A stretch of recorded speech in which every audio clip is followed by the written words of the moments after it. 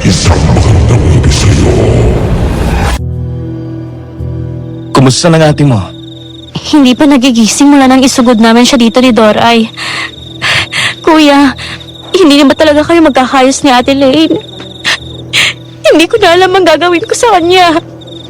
Mula nang magkahiwalay kayo, mas naging grabe ang depression niya. Hindi mo ba talaga mahal ang ate ko? Wala nang nagbago sa nararamdaman ko para kay Lane, Nicole.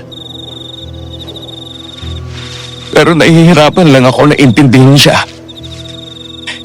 Sinarado niya ang mundo niya pati sa akin. Ilang beses kong sinubukan na mag-reach out sa kanya. Alam ko, nagluluksa siya sa pagkamatay ni Rosie. Pero namatayan din ako. Anak ko rin siya. Lumayo muna ako dahil alam ko na kailangan niya ng space. Kuya, kailangan ka ni ate ngayon. Please, huwag ka naman umalis. Huwag mo siyang pabayaan. Alam ko na mahal ka pa rin ni ate. Ilang araw bago ang suicide attempt niya, nahuli siya na umiiyak habang nakatingin sa wedding photo niyo. Tapos sabi niya, miss na miss ka na daw niya at sana bumalik ka na. Sorry nga siya ng sorry eh. Lane, gumising ka na dyan. Pangako ko sa'yo na mag-uusap tayo kapag naging maayos na ang kalagayan mo. Nang mga sandaling yon ay wala pa rin akong kamalay-malay sa pag-uusap ni Anthony at ng bunsong kapatid ko na si Nicole. Ang kwento nila sa akin, hindi ba man din nagtatagal na umupo ang asawa ko sa silya sa tabi ng hospital bed at hawakan ako sa kamay nang dahan-dahang daw gumalaw ang ulo ko. Makalipas lang ang ilang segundo ay doon na ako dumilat at nagtaka nang makita ko ang paligid. Nasaan ako? Ate? Tawagin mong doktor. Bilis! Doc! Doc! Gising na si ate! Lane, kumusta ka? Anong nararamdaman mo? Anthony? Anong ginagawa mo dito? Pumunta agad ako dito nang tawagan ako ni Nicole at sabihin sa akin ang nangyari. Bakit mo ginawa yun? Ha? Alam mo naman na... Lumayo ka sa akin! Gano'n na lang akong sumigaw dahil sa labis na takot nang mula sa bintana sa likod ni Anthony may nakita kong multo ng babaeng nakapulang damit. Namamaga ang mukha sa sugat at mga pasa, ganoon din sa kanyang mga braso. Umaagos ang dugo mula sa kanyang mga mata at may mahabang gilit siya sa leeg kung saan umaagos din ang dugo. Umiiyak siya habang nakatingin sa akin. Ang kamay niya ay nakalahad sa akin na parang sinasama ko. Bumalikos ako ng bangon at kahit nangihina, nagmamadali akong gumapang at nagtago sa ilalim ng kama. Lumayo ka sa akin! Layo! Lina! Ano ba nangyayari sa'yo? Lumabas ka dyan! May multo sa bintana, Anthony! Babaeng nakapula! Puro dugo siya! Walang multo! Meron! Nakita ko! Okay. Lumabas ka na dyan. Ako ang bahala. Nandito ako. Hindi kita iiwan.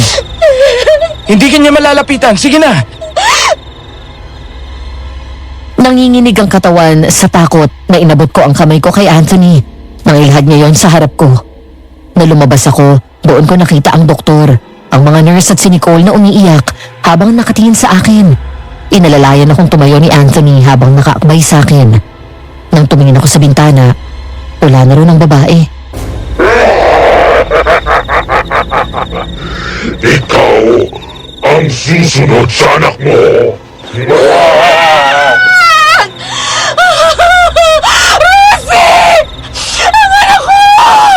Doc, pampakalma please.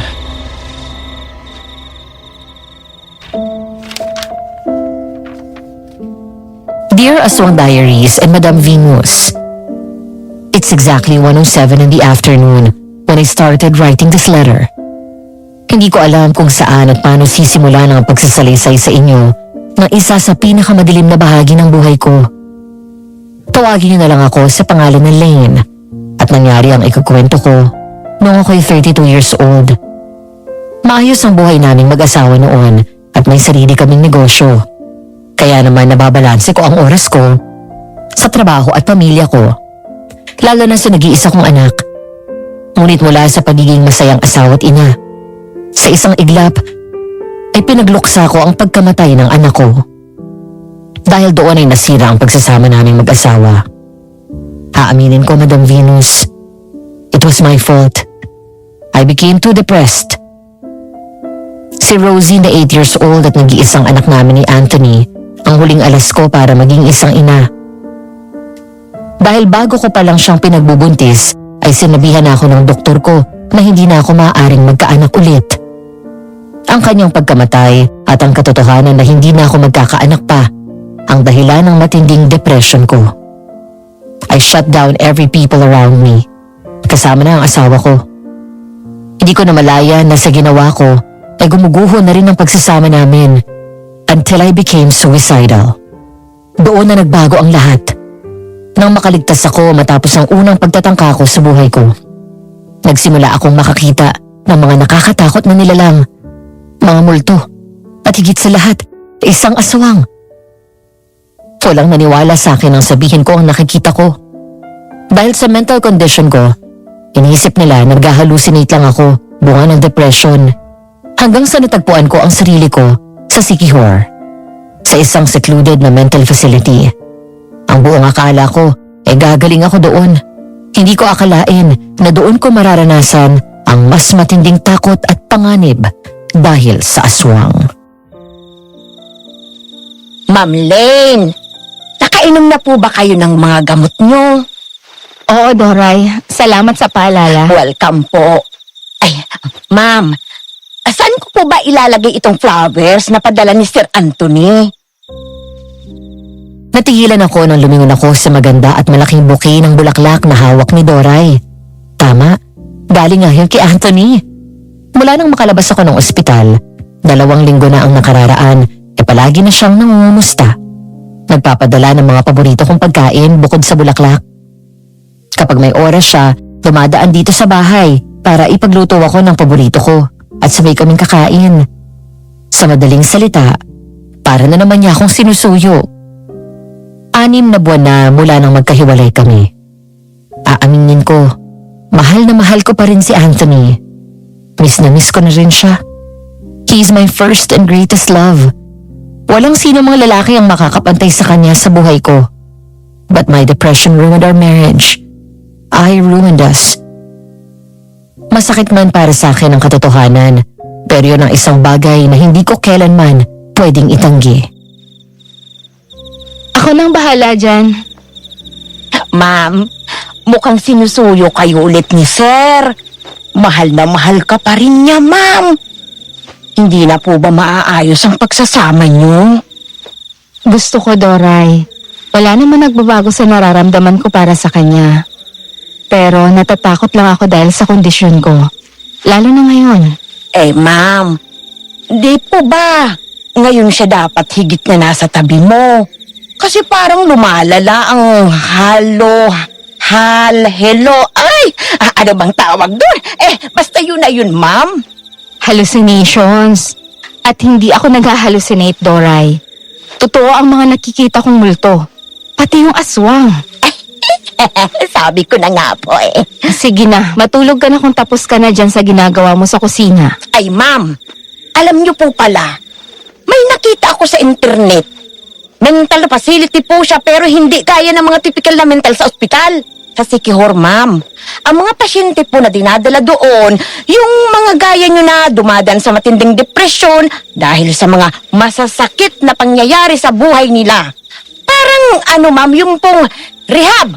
Ganun nga po, ma'am. May mga daily activities sila, ma'am. Tapos may mga professional na mga psychiatrist at nurses. Sa tingin ko po, ma'am, makakatulong yun sa inyo. Malayo sa syudad at malapit sa nature. Talaga? Ang Patingin ka. Eto po, ma'am. Oo nga no. Maganda. Pero hindi ko kailangan pumunta sa ganyan. Oo, may depression ako. Pero hindi pa ako nababaliw para i-confine sa isang mental facility, Doray. Sige po, ma'am. Sorry po. Sige na, magpahinga ka na. Paki-off mo na pala yung TV, hindi na ako manunood. Thank you. Sige po, ma'am. Good night, ma'am. Nang inalis ko ang tali at papel na nakabalot sa mga bulaklak, natigilan ako nang makita ang maliit na card na kalakip ng bouquet. Hindi ko itatanggi na namimiss ko si Anthony. Ang lahat tungkol sa kanya. Ang mga yakap at halik niya. Ang mga pangaasar, pagbibiro at paglalambing niya sa akin. Pero wala na akong mukhang maiaharap sa kanya. Tinaboy ko siya, sinaktan ko siya. Kinuha ko ang card at binasa. Napangiti ako nang makita ang nakasulat doon. To my beautiful wife, my heart still belongs to you. Love, Anthony. Nangilid ang luha ko at lumingon sa larawan ng anak ko. Kinuha ko yon at umupo sa harap ng dining table. Marahan ko yung hinaplos na para bang ang mukha mismo ni Rosie ang hinahaplos ko. Picture naming tatlo yon nang dali namin siya ni Anthony sa Universal Studios, Japan dahil gusto niyang makita ang sikat na pasyalan na mula sa isang sikat na nobela ng ginawang pelikula. Nagpabili pa nga si Rosie ng magic wand. Napakasaya ng anak ko ng araw na yun. Hindi ko akalain na yun na pala ang huling beses namin siyang maipapasyal. Anak, what should I do? Tatawagan ko ba ang daddy mo? Hello? Ay, naka-istorbo ba ako? Hindi naman. Natanggap mo ba yung flowers? Iniisip ko nga na tawagan ka. Naunahan mo lang ako. And yes, natanggap ko siya. Maraming salamat. Ang ganda-ganda. Hanggang ngayon, alam mo pa rin yung gusto ko. It's only been what? Almost 7 months? Umaasa pa rin ako na maaayos natin ang relasyon natin. Paano mo nasasabi yan? Sa kabila ng pagtataboy ko sa'yo. Dahil mahal pa rin kita, Ling. At naiintindihan ko ang pinagdadaanan mo.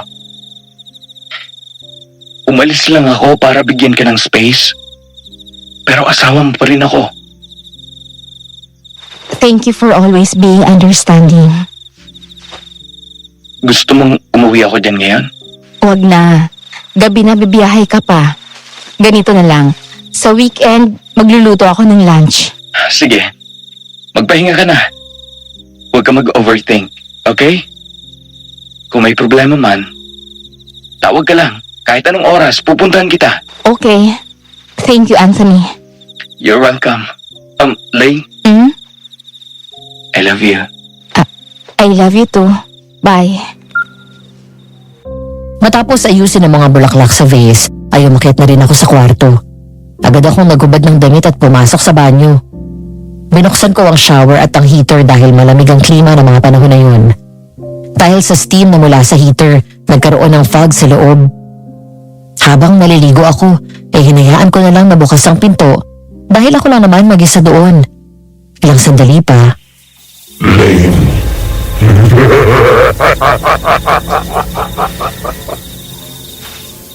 Sino yan? Doray? Ikaw ba yan? Agad akong lumingon nang marinig ang boses na yun. Nang walang sumagot pinagpatuloy ko ang pagligo. Hindi pa man din nagtatagal, saktong lumingon ako sa labas. Nang mapansin ko na tila may aninong dumaan sa harap ng pinto ng banyo. Kumunot ang noo ko at binuksan ang pinto ng enclosed shower area. Saka sumilip sa labas. Pero bukod sa akin wala namang tao doon. Muli akong bumalik at pinagpatuloy ang paliligo. Nang matapos ay agad akong nagpunas at nagsuot ng bathrobe. Habang ginagawa ang skincare routine ko, doon pa rin sa banyo, bigla na naman akong napahinto nang may mabilis na dumaan sa harap ng pinto. Doray? Doray? Ikaw ba yan? Wala na naman akong narinig na sumagot, pero kitang-kita ko na may dumaan. Mabilis kong tinapos ang ginagawa ko at lumabas ng banyo. Nagtaka ko nang makita na bukas ang pinto ng kwarto. dahil tandang-tanda ko na sinarado ko yun bago ako maligo. Binuksan ko ang pinto at sumilip sa hallway. Sarado na ang main lights doon maging sa baba. Dahil wala naman akong nakitang kakaiba, iniisip ko na lang na baka namalikmatan na naman ako. Bumalik ako sa loob ng kwarto at sinarado na ang pinto. Pumasok ako sa walk-in closet at kumuha ng pantulog. Nag-aalis na ako ng buhol ng bathrobe ko nang mula sa refleksyon ng salamin kung saan ako nakaharap ay kitang-kita ko ang paglabas ng kung anong nilalang mula sa ilalim ng kama.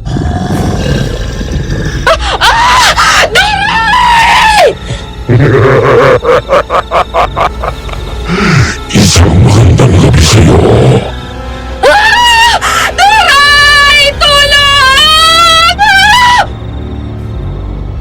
Nang makita ko ang aswang ay agad akong lumingon. Nagbabaka sakali na isa na naman yung parte ng imahinasyon ko. Pero hindi. Naroon siya sa gitna ng kwarto ko. Nakatayo sa gilid ng kama at nakatingin ng diretso sa akin. Nang tumakbo ang aswang palapit sa akin, ay agad ako nagmamadali na lumapit sa pinto. Nang itulak ko yun siyang tulak din ito at pilit din na binubuksan yun.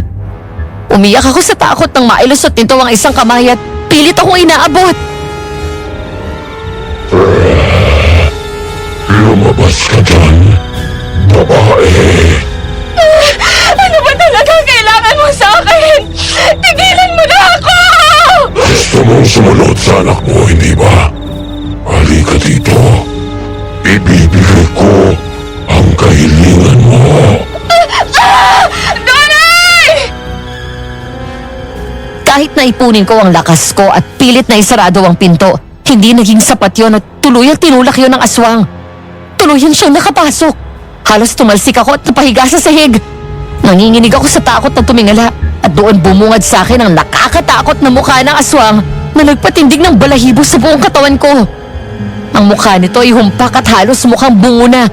Malalim ang mga mata at parang nakabaon sa loob ng mga butas ng mata nito na puro itim at halos tuldok na puti lang ang nagsisilbing balintataw. Ang mga ngipin niya ay gaya sa talim ng dagari. Maliit ngunit matatalas. Ang balat nito ay naaagnas at ang laman ay mukhang pinilipit. Manipis ang buhok na parang matandang unti-unting nakakalbo. Ang mga daliri sa kamay at paa ay mahaba at matalas ang mga kuko. Demonyo! Lumayo ka sa akin! Ah! Sanayin mo ng sarili mo sa mukhang demonyo na ito. Dahil hindi ito ang huli nating pagkikita.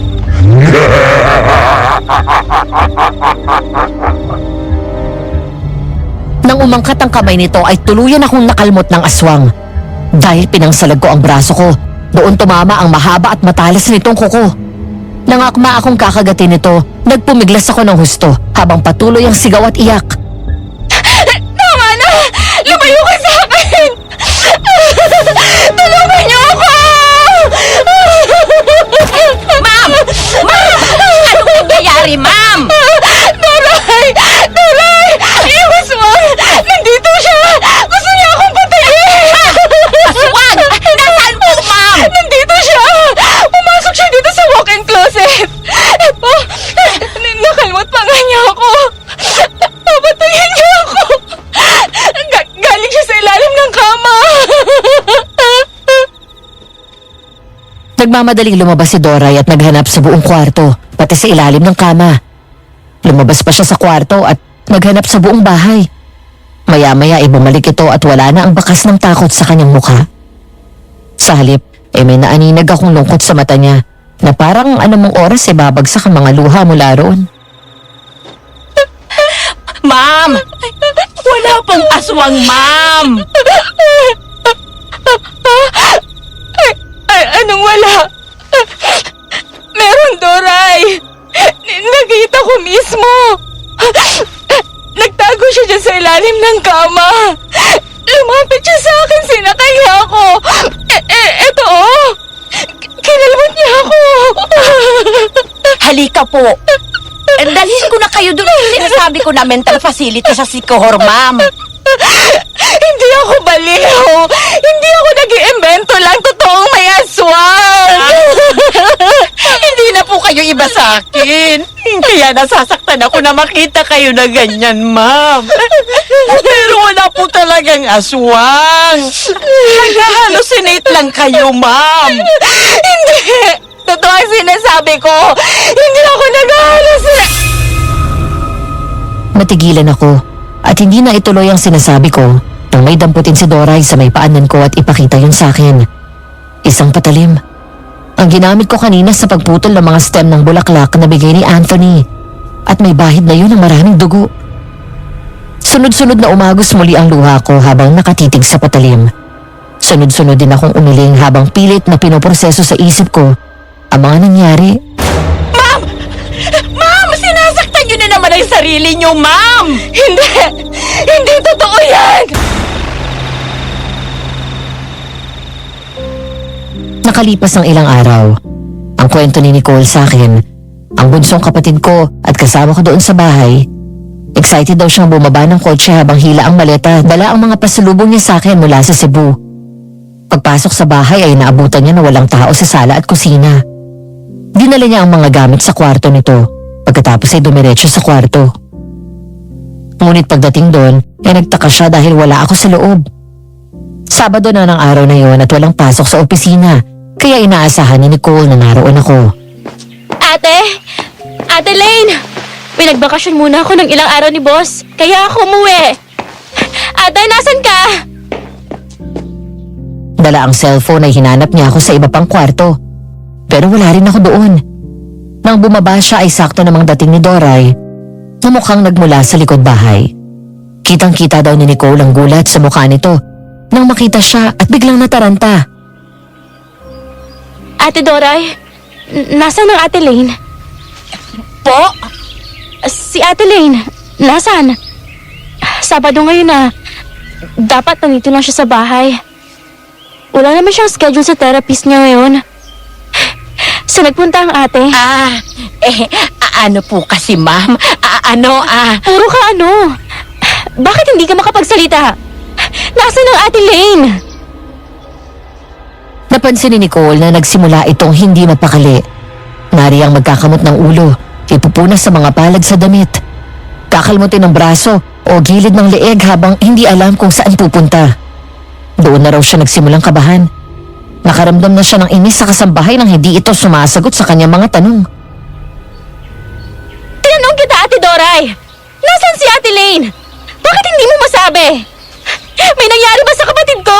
Ano kasi, ma'am? Wala po dito si ma'am. Kung wala! Hahanapin ko ba sa'yo kung nandito? Nasaan nga si ate? Nasa Sikihor po. Ano? Anong ginagawa ni ate doon? Sino kasama niya? Si Kuya Anthony? Hindi, ma'am, hindi po. Nasa isang mental facility doon sa Sikihor. Ano? Sino nagdala sa kanya doon? Ako po, ma'am. Sinaktan niya na naman po kasi ang sarili niya. Kaya po ayun, dinala ko po siya doon kasi lumalala na po. At sino ang nagbigay sa'yo ng karapatan na dalhin sa mental ang kapatid ko? Naninilbihan ka lang dito. Kami ang pamilya ni ate. Ikaw hindi ka naman namin kaano-ano. Ma'am, sorry po. Nagmamalasakit lang naman ako. Nagmamalasakit? Ang sabihin mo, intrimitida ka. Kung nag-self-harm si ate, sana tinawagan mo si kuya. Bakit ka nagdesisyon na hindi mo muna kami kinukonsulta? Ha? Aray, Ma'am Nicole, nasasaktan po ako. Nicole! Anong ginagawa mo? Bitiwan mo si Doray! Doon daw dumating si Anthony at naabutan si Nicole na sinasabunutan sa galit si Doray. Agad siyang tumakbo palapit at inawat ang kapatid ko. Pumagitna siya sa dalawang babae nang sinubukan pang abutin ni Nicole na galit pa rin sa pobreng kasambahay ay hinila siya palayo ni Anthony na takang-taka sa nangyayari. Dahil yun ang unang pagkakataon na nakita niya ang kapatid ko na nagalit ng ganun. Ano bang nangyayari dito? Yung brohang yan eh. Dinala si Ate Lane sa mental facility sa Secure. Ano? Doray, bakit mo ginawa yun? Sir, sorry po. Gusto ko lang naman pong makatulong eh. Lumalala na po kasi si ma'am. Natakot lang ako. Nag-hysterical po kasi siya ng gabing yon. May aswang daw pero wala naman, sir. Narinig ko siya, sigaw ng sigaw. Tapos pumipiglas habang nakahiga sa walk-in closet niya. Eh wala naman ibang tao dun bukod sa kanya dahil nasa kwarto na rin po ako nun, sir. Tapos may kutsilyo po sa paanan niya at hiniwaan ang sarili niya. Bakit hindi mo ako tinawagan? Yun ang mahigpit na bilin ko sa'yo, di ba? Kahit anong mangyari ay tatawagan mo ako. Kami ang pamilya ni Lane. Kami dapat ang magdidesisyon kung ano sa tingin namin ang makakabuti sa kanya. Bakit ka nakialam? Masyado na yata nagiging palagay ang loob mo dito. Na nakakalimutan mo na kung hanggang saan lang ang limitasyon mo. At hindi napapaliw ang asawa ko para ipomental mo. Itademanda ka namin! Ma'am, sir, wag po. Nagmamakaawa po ako. Saan mo dinala si Lane? Nang mga sandaling yon, ako naman na naroon sa mental facility sa Siquijor at kasalukuyang kausap ng head ng lugar na yon at psychiatrist na si Dr. Conrad Magno. Malumanay ang kanyang boses at parang palagi siyang kalmado. Ang weird lang ng kanyang balat at medyo nakakailang siyang tumingin pero natatakpan niya ng masayahin nitong personalidad. Ang totoo, hindi ko alam kung paano ako nakarating doon. Ang kwento lang sa akin ni Doray tulala lang daw ako buong biyahe at nanginginig ang katawan sa takot. Basta ang naalala ko natauhan na lang ako na naroon ako. Nag-hysterical pa ako nang mapagtanto ko kung nasaan ako. Pinagtutulungan ako ng mga nurse at tinurukan ako ng sedative kaya ako tuluyang kumalma at nakatulog. Nang magkamalay ako, sinabi na lang ng mga staff doon na umalis si Doray at hindi alam kung kailan babalik. Kinuha nila sa akin ang phone ko kaya hindi ko matawagan si Anthony o kahit sino sa pamilya ko. May tutulong ba ako sa iyo, Lane? Hindi ko alam, Doc. Kumusta ka ngayon? Anong nararamdaman mo? Hindi ko maipaliwanag yung level na nararamdaman ko na lungkot. Pero parang nakakamatay. Ano ba ang usual na daily routine mo? Nung buhay pa si Rosie, gigising ako bago mag-alas 5 para maghanda ng almusal. At baon niya tapos aasikasuhin ko siya. Tapos ihahanda ko ang susuot nila ng asawa ko. Kapag nakaalis na sila, ang sarili ko naman ang aasikasuhin ko para pumunta sa trabaho. Sa gabi naman, pag uwi ko galing sa office, tuturuan ko siya ng mga lessons or assignments niya. Tapos magluluto ng dinner, kakain. Magbabanding kami ng pamilya bago matulog. Lane, kaya mo bang ikwento sa akin ang mga nangyari noon?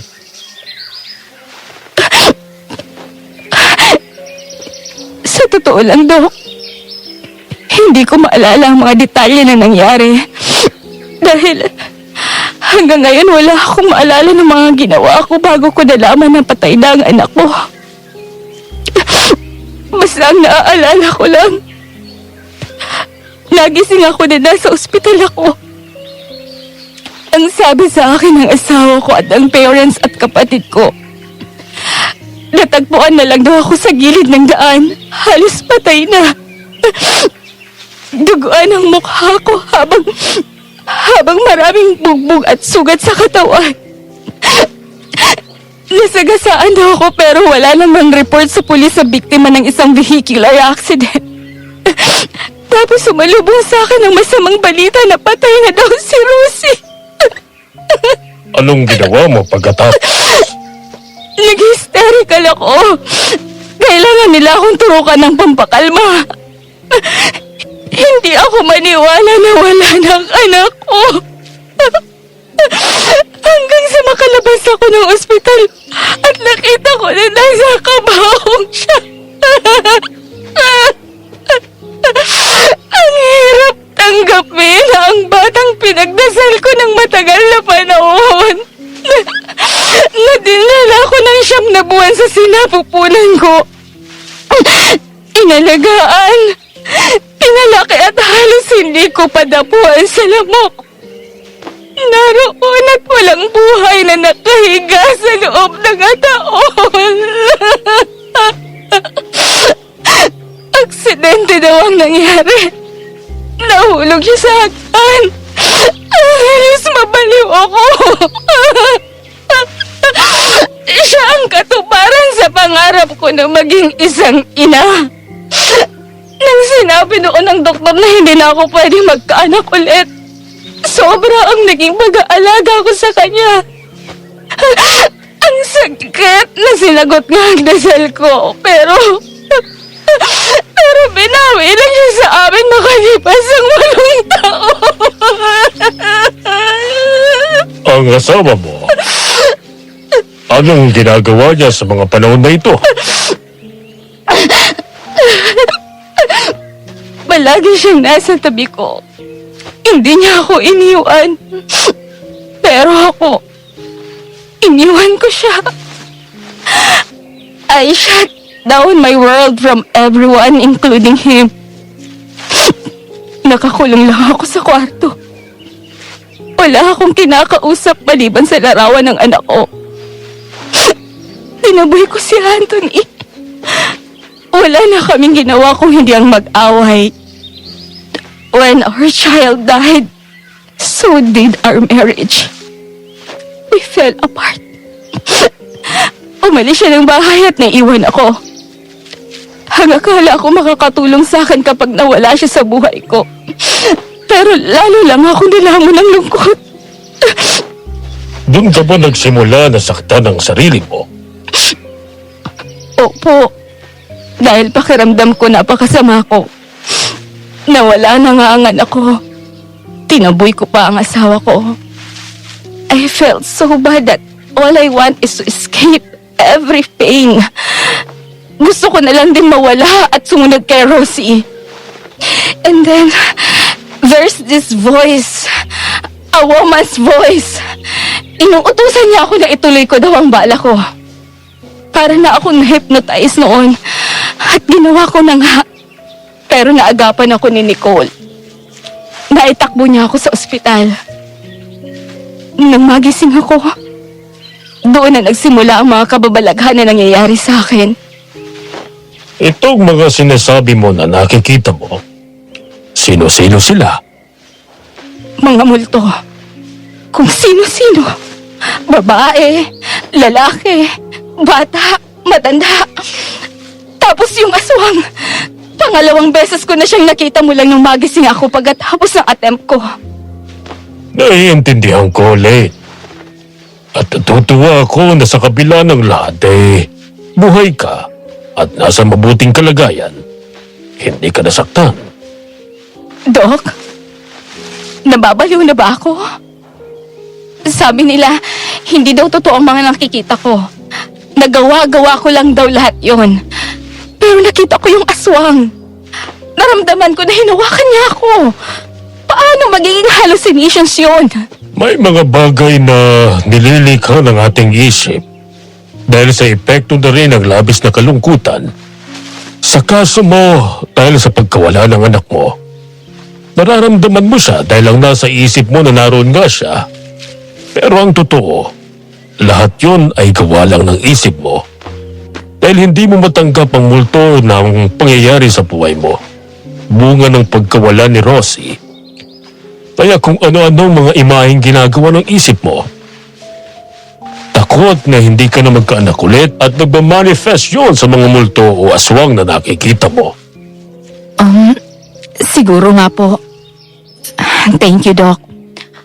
Pwede ko ba tawagan ang pamilya ko? Hindi pa kasi nila alam na nandito ako. Oh, sure.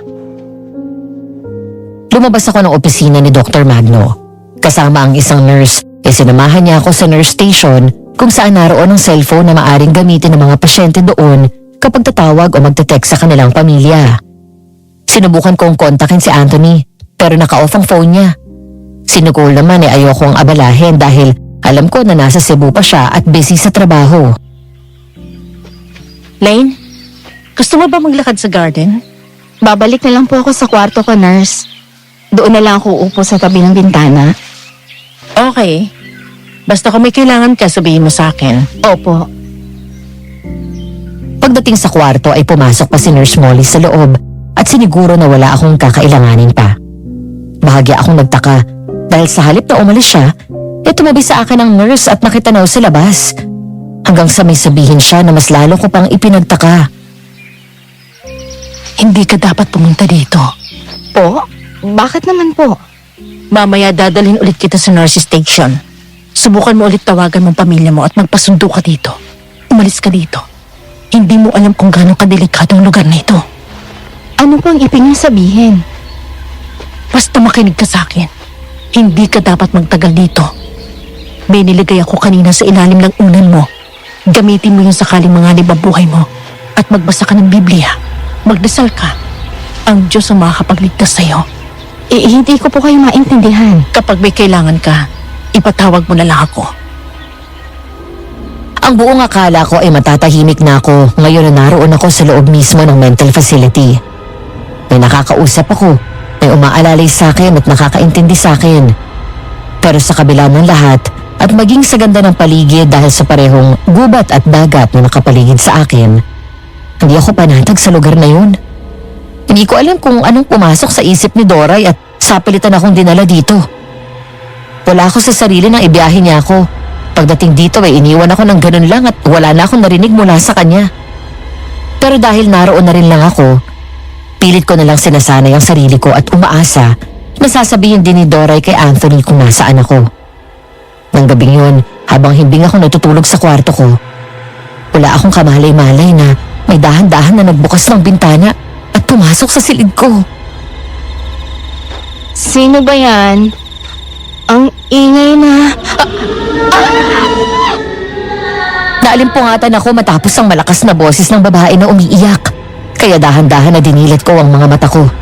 Bigla akong bumalikos ng bangon nang makita ko sa paanan ng kama ko ang isang multo ng babaeng nakaitim at naaagnas na ang itsura nito. Luwa ang tiyan at nakalele ang mga bituka habang walang tigil ang agos ng dugo mula sa bibig nito. Dahil sa takot ay nagmamadali akong bumaba ng kama at hinablutan kung anong sinabi ni Nurse Molly na iniwan niya sa ilalim ng unan ko. Matapos yun ay nagmamadali akong tumakbo palabas ng pinto. Tulong! Tulungan niyo ako! Nandiyan na naman siya! Nurse! Bigla akong huminto sa pagtakbo nang makitang humarang sa daan ko ang aswang. Nanlaki ang mga mata ko kasabay ng tanong ko kung paano ako nasundan ito. Nang mahigpitan ko ang kapit sa hawak ko, doon pa lang ako napatungo at nakita ko kung ano yun. Isang supot ng asin na may bawang at balisong na nakatupi. Sa kabila ng sitwasyon ay gumana ang isip ko at naalala mga napapanood ko sa mga pelikula noon na panlaban daw sa aswang ang asin. Nanginginig ang kamay na pinunot ko ang plastik na pinaglalagyan ko nito. Humakbang ako paatras na magsimulang humakbang ang aswang palapit sa akin.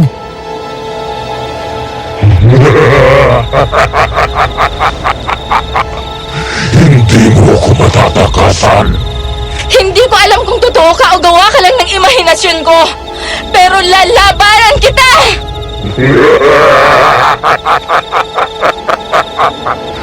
Talaga? Kaya mo? Lord, save me!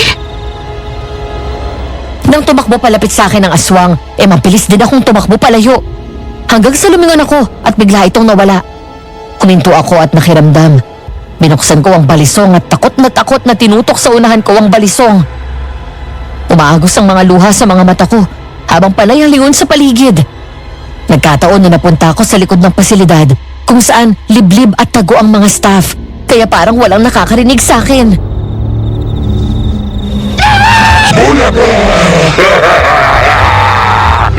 Mamamatay ka na ngayong gabi na ang tingin ng mga tao sa'yo ay baliw!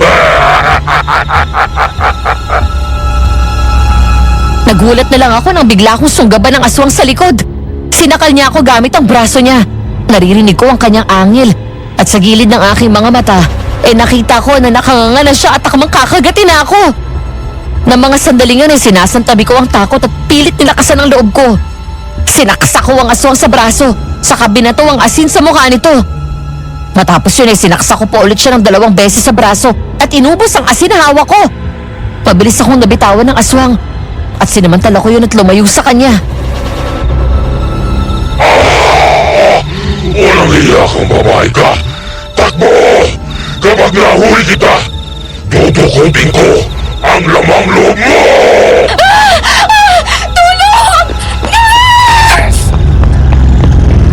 Nanlaki ang mga mata ko nang makitang nasa likod ko na ang aswang at hinahabol ako. Binilisan ko ang takbo hanggang sa may nakita kong nurse na lumabas. Agad akong sumigaw ng malakas at umiiyak na tumakbo palapit dito. Maya-maya tumakbo palabas ang iba pang nurse na naka-duty ng gabing yun. Tulong! Hinahabol ako ng aswang! Len! Nang lumingon ako, wala na doon ang aswang. Wala akong angel na naririnig bukod sa mga kuliglig sa paligid. Nagtingin na ng mga nurse. Ng mga sandaling yun, ay alam ko nang totoo ang aswang at hindi imahinasyon lang. Ilang sandali pa ay dumating si Dr. Magno. Nagulat siya at nag-aalala nang makita ang dugo sa kamay ko at sa damit ko, lalo na sa hawak kong balisong. Lane, ibigay mo sa akin yung balisong. Ayoko! Baka bumalik ang aswang! Kailangan ko ng panlaban sa kanya! Lane, walang aswang. Save ang lugar na ito. Alam ko ang nakita ko at hindi ako namamalikmata. Hindi rin ako naghahalusinate. Nahawakan ko ang aswang. Itong dugo na to hindi sa akin to, sa aswang! Oh, nurse, please. Alam niyo na gagawin. Sandali lang. Hindi ako nababaliw! Bitiwan niyo ako! Ano ba? Maniwala kayo! Hawakan niyo siyang mabuti. Totoo ang sinasabi ko! Gusto akong patayin ng aswang! Huwag niyo siyang bibitawan! Lane, akin na yan. Delikado yan para sa'yo. Nurse, pakinggan niyo ako!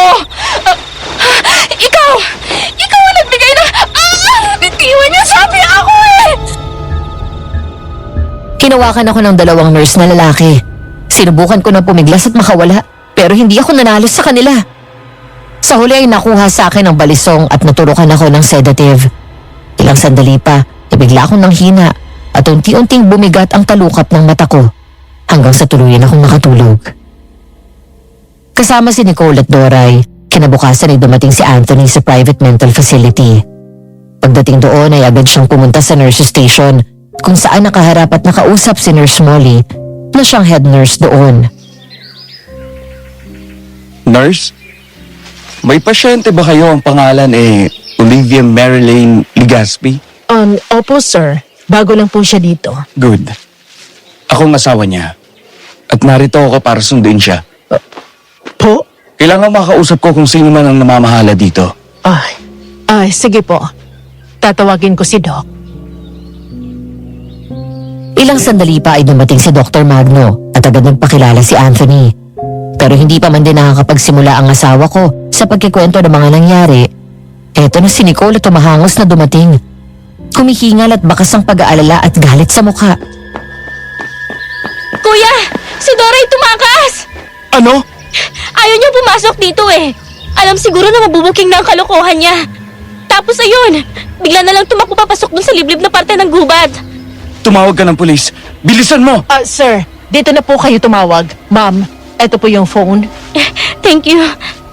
Sir, may paglilingkod po ba ako? Humihingi ako ng pasensya dahil sa gulong dinala ng katulong namin. Ano po bang problema? Doc, nagkaroon ng problema sa admission ni Lane dito. Anong ibig mong sabihin? May mali sa nangyari. Hindi namin alam na pinasok siya dito ng katulong namin. Mahabang kwento, Doc. But to cut the story short, magkahiwalay kami ng tirahan ngayon ng misis ko at ang kasama niya sa bahay ay ang katulong namin at hipag ko. Nagkataon na wala ang hipag ko nitong 2 linggo at nadistino sa Cebu. Sa madaling salita, pinasok dito ng katulong namin ang misis ko na walang direct orders galing sa akin. Ni consent namin, hindi niya kinuha. Mukhang pagkadala niya dito sa misis ko ay bumalik agad ng Maynila. Molly, ano bang sabi sa'yo ng kasama ni Lane dito? Ang pakilala niya sa amin kasi Doc, kamag-anak daw siya. Tapos yung pasyente na dinala niya dito wala sa sarili. Anong pangalan ng pakilala niya? Dorotea Sonorio. Siya nga yan. Yan ang tunay na pangalan niya. Molly, sunduin mo na si Lane. Yes, Doc. Pasensya na rin kung tinanggap namin siya dito. Wala po kami magagawa kung gusto niyo siyang ilabas dito. Pero sana ipagpatuloy niya pa rin ang kanyang therapy dito. Total naman ay nasimulan na rin namin ang sessions. Alam mo, mister, makakatulong para sa kalagayan ni Lane ang buhay dito sa probinsya. Lalo na at malapit sa dagat at gubat. Presko at sariwa ang hangin. Papapanatag ang isip niya. Thank you sa offer, Doc. Siguro, magbabakasyon na lang muna kami dito ng ilang araw pero may personal psychiatrist po kami sa Manila. Yung kapatid ko. Ganun ba? Sige. Naiintindihan ko. Doc, si Lane po. Naglock ng pinto. Ayaw buksan eh. Yung susi, kunin niyo. Ako nang kakausap sa kanya. Tumakbo sila papunta sa kwarto ko at mula doon ay naririnig nila akong umiiyak. Nang mga sandaling yon ay nasa sulok ako at nanginginig sa takot. Nagising ako ng umaga na yon dahil sa isang masamang panaginip. Kasabay sa pagbabalik ng alaala ko tungkol sa multo ng babaeng nakita ko at ang aswang na humabol sa akin. Ayokong humarap sa kahit sino dahil pakiramdam ko bigla na lang susulpot ang aswang para patayin ako. Ilang sandali pa narinig ko lang ang pamilyar na boses ni Anthony mula sa labas. Lane? Lane, si Anton ito. Love, please open the door. Nandito na ako. Sinusundo ka. Uuwi na tayo. Anthony? Maya-maya ay narinig ko ang pag-click ng doorknob at ilang sandali pa ay pumasok na siya sa kwarto. Nang makita ko siya ay agad akong tumayo mula sa sulok at tumakbo palapit. Pagkatapos ay takot na yumakap ng mahigpit sa kanya. Sa mga bisig ng asawa ko ay binuhos ko ang luha at takot na nararamdaman ko mula pa kagabi. Umalis na tayo dito, Anthony. Iuwi mo na ako. Ayoko dito. Papatayin ako ng aswang. Oo, uuwi na tayo. Pangako. Molly, ikaw ang bahalang mag-asikaso kay Lane. Bihisan mo siya. Salamat po. Pero ako na mag-aasikaso sa asawa ko. Pakiayos na lang po ang mga gamit niya. At kung magkano ang kailangan naming bayaran. Sige po, sir. Pinayagan naman ako ni Dr. Magno na ilabas ni Anthony mula doon sa mental facility. Lumingon ako sa paligid nang bumungad sa akin pagpasok namin sa kwarto ang magandang view ng dagat sa labas ng bintana. Kapag naman sumilip ka sa kabilang bintana, ang mga punong kahoy naman ang makikita. Mataas ang kinatatayuan ng villa na yon at ilang metro ang layo mula doon sa bangin na hinaharangan ng bakod na gawa sa bakal. Kanina habang papasok kami ay tinuro ng staff na nagatid sa amin doon na may hagdan sa gilid ng bangin para mas madaling makababa sa dalampasigan. Or pwede namang umikot sa kabilang daan pababa na mas mahaba ang ruta. Dahil elevated ang lugar nila, malakas at presko ang malamig na hangin. Lumingon ako kay Nicole na pumasok kasunod ng mga pulis. Ano te? Anong nararamdaman mo? Ayos na ako. Salamat dahil pinuntahan niyo. Ate, sumama ang mga pulis dito para kunin nila yung statement mo tungkol kay Doray. Lane, naaalala mo ba ang mga nangyari? Hindi lahat. Basta ang naalala ko, nang gabing pinadalhan mo ako ng bulaklak, nabanggit na niya sa akin ang tungkol doon sa mental facility. Kung gusto ko daw magpa-confine doon tapos tumanggi ako. Umakyat na ako sa kwarto matapos ayusin yung mga bulaklak. Pagkatapos maligo, doon ako sinugod ng aswang. Anthony, I swear to God, nasa loob siya ng kwarto natin at nagtatago sa ilalim ng kama. Etong mga sugat po sa braso, galing ito sa kuko niya. Pero biglang nawala ang aswang tapos naroon na si Doray. Sabi niya, nag-hallucinate lang ako at ako daw ang umiwas sa sarili ko. May pinainom siya sa akin na parang tsaa. Nagpapakalma daw yun. Nakatulog ako, tapos wala na akong naalala sa nangyari ng sumunod na araw. Nang natauhan ako, nandito na ako. Hayop na Dorian. May isamang kukulam yata yun ah. Kapag nakita ko siya, hindi lang sa bunot ang aabutin niya sa akin. Nicole, Anthony, hindi ako nababaliw. Totoong may nagpapakita sa akin na multo. Totoong may aswang at gusto niya akong patayin. Naniniwala kami sa iyo, Lane. Oo nga, ate. Alam namin na hindi ka nababaliw. Kami ang pamilya mo. At alam namin na nagsasabi ka ng totoo. Nagpakilala siya na kamag-anak mo, kaya ka nila tinanggap. Pagkatapos kanyang dalhin doon, bumalik siya agad ng Maynila. Malakas ang kutob ko na may ginagawang kalokohan si Doray. Kuya, ate, nabisita niyo na ba ang mga bank accounts niyo? Hindi pa. Yung mga nasa safe box, Hindi ko pa rin na-check. Siyak may dahilan yan kaya gumawa siya ng paraan para umalis ka sa bahay. Hindi pa kayo nagtataka? Chinempo niya na nasa Cebu ako at sila lang ni ate sa bahay. Malakas ang kutob ko na magnanakaw yan eh. Di bale ate, ako nang bahala dito. Alam ko na, pauuwiin ko sa bahay sila mami at daddy. Total, may duplicate key naman tayo doon na nakatago. Tapos ipapacheck ko sa kanila yung safe box. Sige, salamat Nicole. Magpahinga ka na. Kayo na ni Kuya Anthony dito sa kwarto na to. Doon ako sa kabilang cottage. Bukas, babalik ako saglit sa Cebu para tapusin ko lang yung trabaho ko doon. Tapos babalik na rin ako sa Maynila sa isang araw. okay. Maiwan ko na kayo. Sir, balitaan niyo na lang po kami kapag nakita niyo na si Doray.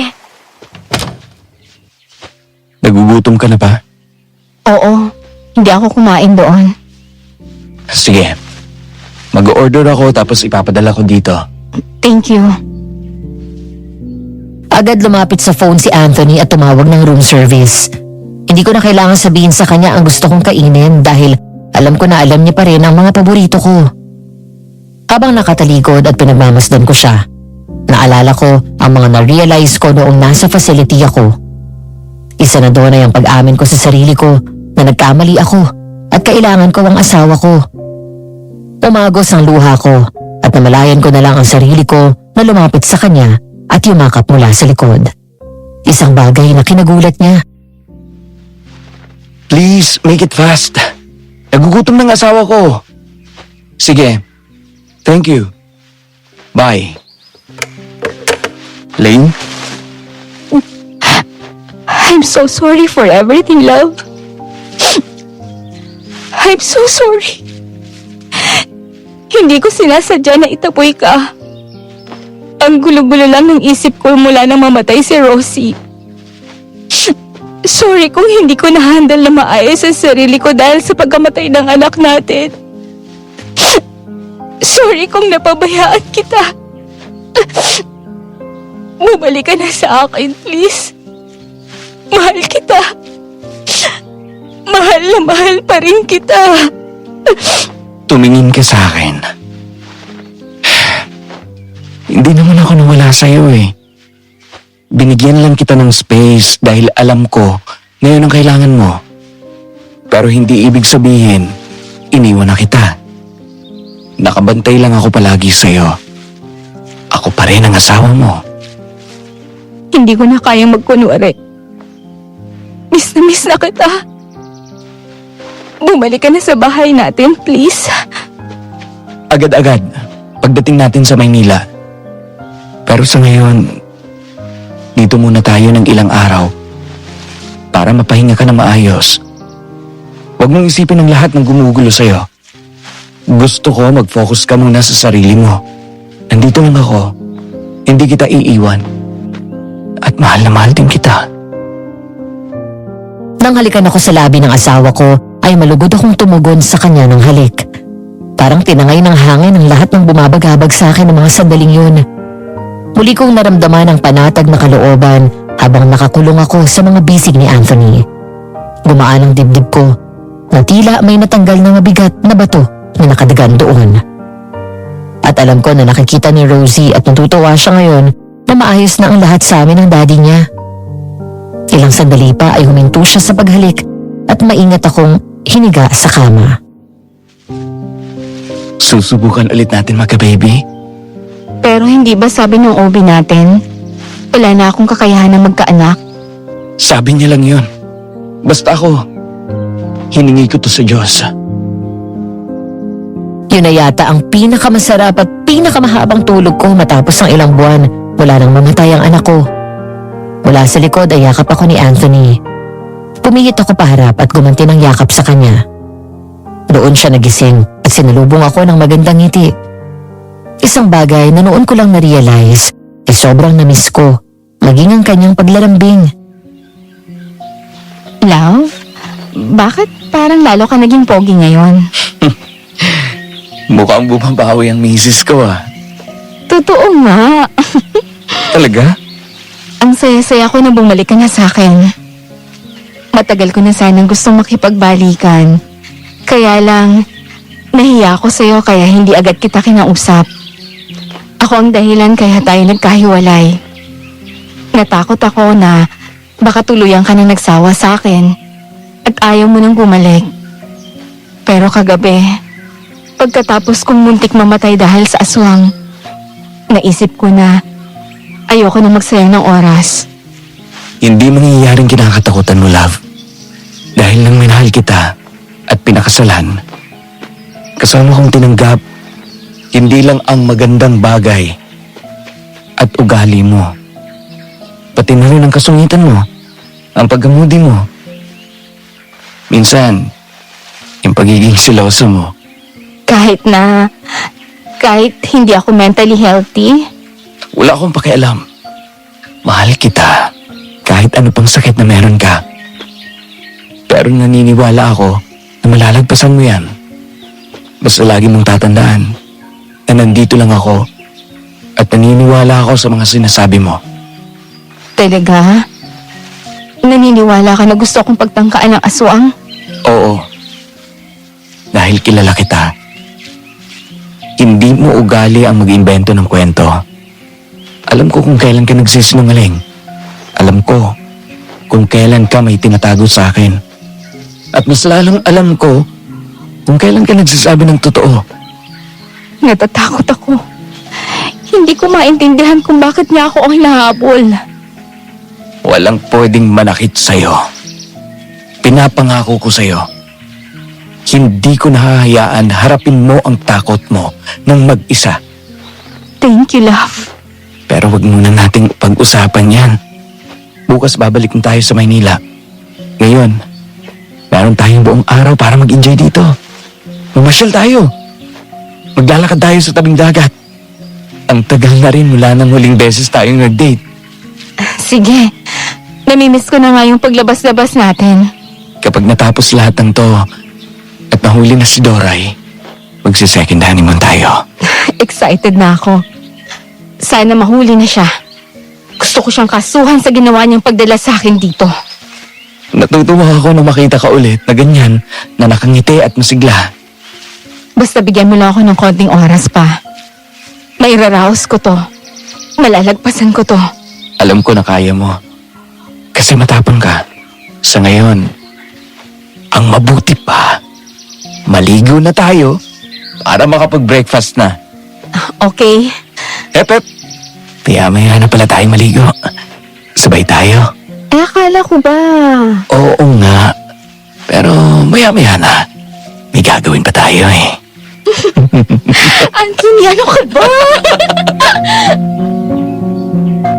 Habang abala kaming mag-asawa sa pamamasyal, si Nicole naman ay tumulak na pabalik ng Cebu. Ang mga pulis naman ay patuloy ang paghahanap kay Doray dahil ngayon ay may nakapatong ng kaso na robbery dito. Matapos matuklasan kahapon ng parents namin na may mga nawawala akong alahas, ang iba natagpuan nila mami sa mismong gamit ni Doray sa kwarto niya sa bahay. Bukod doon, nung araw na dinala niya ako sa Siquijor, sa hindi malamang dahilan, ay nagawa niya makapag-withdraw ng halagang tig 20,000 pesos sa 5 bank account ko na may suma total na 100,000 piso. Dahil doon ay agad naming tinawagan ng abogado namin. Pag-uwi namin bukas sa Maynila ay formal kaming magsasampa ng kaso ng pagnanakaw at ang pagdala sa akin sa mental facility na wala ako sa sarili at labag sa aking kalooban. Malapit ng magtanghalian. Anong gusto mong kainin? Masarap ang seafoods nila dito. Ayun! Seafoods! Ayun na lang. Halika, dun tayo. Nag-search na ako kanina. Yun daw yung masarap na restaurant dito. Nagsiserve ng seafoods. Okay. Pagdating sa restaurant ay agad nag-order si Anthony ng mga paborito kong seafood dish at inihaw na liempo. Tinakpan ng magandang paligid, masarap na pagkain at ng dagat, ang lahat ng gumugulo sa isip ko. Hinayaan ko ang sarili ko na lumaya muna sa takot ng mga sandaling yun. Gusto ko na ma-enjoy ang bawat oras ngayong bumalik na si Anthony sa buhay ko. Matapos kumain ng tanghalian, habang naglalakad kami papunta sa sasakyan, nagulat na lang kaming mag-asawa na may babaeng humarang sa daan namin. Magkahalong takot at pag-aalala ang nakikita ko sa mukha nito habang nakatingin sa akin. Nurse Molly? Ang akala ko'y umalis na kayo. Bukas pa po ng tanghali ang flight namin pabalik ng Manila. Habang narito kami, sinamantala namin ang ganda dito sa probinsya ninyo. Makakabuti kasi kay Lane na mapahinga ang isip niya. Nurse Molly, maraming salamat sa binigay mo sa akin nung nandoon ako. Nakapanglaban ako dahil tinago mo sa ilalim ng unan ko. Mag-iingat kayo habang narito kayo sa bayan na to. Ito yung balisong, kunin mo. Kakailanganin mo yan kung sakaling magpakita ulit sa inyo ang aswang. Nasa private resort naman kami. Sa tingin ko, safe naman kami doon. Hindi mo masasabi, Lane. Wala kayong alam sa lugar na to at naniniwala ako na hindi ka nababaliw. Mas lalong wala kang hallucinations. Talaga po? Paano mo nalaman? Kulang. Nakukulam ang asawa mo. Hindi ba kayo pamilyar sa kwento ng mga tao tungkol sa probinsya namin? Ang Sikihor ay pinaniniwalaan rin na pinamumugaran ng mga mangkukulam, gayuma, at iba pang uri ng mga espiritual na gawain. Nung dinala ka ng babaeng yon, namukhaan ko na siya. Pero hindi lang ako sigurado noong una. Ngayon naalala ko na. Taga rito ang Dorotea Sonoria na yon. At mula siya sa kilalang lahi ng mga mangkukulam dito na gumagamit ng itim na mahika. Dahil matagal niya na isinuko sa demonyo ang kaluluwa niya. Kulam? Hindi ko naisip na totoo yun. Kaya pala madaling nakatakbo at nakapagtago dito si Doray. Noong unang araw pa lang na dinala siya ng sinasabi niyong katulong niyo, duda na kaagad ako nang makita kita. Marami akong alam sa kulam dahil isang albularyo ang lolo ko nang nabubuhay pa siya. Palagi niya akong kasama sa tuwing may ginagamot siya. Ang mga pasamo sa katawan, may nararamdaman din ako mabigat na enerhiya mula sa iyo. Pero bukod doon, ay ang sinasabi mong paulit-ulit mong napapaniginipan mo na babaeng nakapula at may gilit sa leeg. Hindi mo ba alam na isa sa senyales na may nakukulam ay may makikita kang kakaibang bagay sa paligid ng biktima? At nakita ko ito doon sa kwarto mo sa ospital. Pulang tela. At 2 piraso ng karayom. Tama. Ganito yung tela ng babaeng nakasuot na pula. Madalas nakikita ko sa panaginip ko. Pero yung kagabi, iba yung multo na nakita ko. At nakasuot siya ng itim na damit. Iba ang klase ng kulam na ginagawa niya sa iyo. Pinagmumukha kanyang baliw. Nagpaplanta siya ng mga imahe sa isip mo na ikaw lang ang nakakakita gaya ng mga multo. Dahil sa depression mo, bunga ng pagkamatay ng anak mo. Madali na lang para sa kanya magpasok ng mga nakakatakot na imahe sa isip mo. Hindi ko akalain na magagawa yan ni Doray sa akin. Pinagkatiwalaan ko siya. Kung nagawa niya magsinungaling at nagpanggap na kamag-anak mo, hindi malayo na siya ngang kumukulam sa iyo. May history ba siya na nahulihin siyang nangkukulam? Wala naman sa pagkakaalam ko. Ilang taon na rin siyang namamasukan sa amin. Basta ang alam ko lang, mahilig siya sa mga kung ano-anong halamang gamot na ginagawa niyang tsaa. Ayun, bingo! Siya nga! Pero ano ang motibo niya? Pera? Hindi ba natuklasan na natin ang pagnanakaw niya? Kailangan talaga siyang mahuli. Para malaman natin. Pero teka, paano yung aswang? Yun ang hindi ako sigurado. May aswang na gumagala dito sa bayan namin at siya ang aswang na humabol sa iyo kagabi. Nakita ko kayo. Sinasabi ko na nga ba?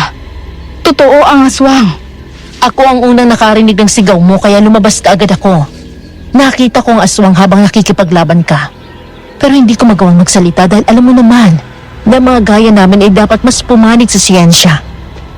Susubukan ko kung makakatulong ako. Iwan niyo sa akin ang larawan ng katulong niyo at ang numero kung saan ko kayo pwedeng tawagan. Magtatanong ako sa mga kilala kong albularyo din o may alam sa kulam at kung saan siya nakatira dito. Maraming salamat, Nurse Molly. Kung hindi dahil sa babala mo, Baka patay na ako ngayon. Mag-iingat kayo. Tandaan mo, takot sa asin at bawang ang mga aswang.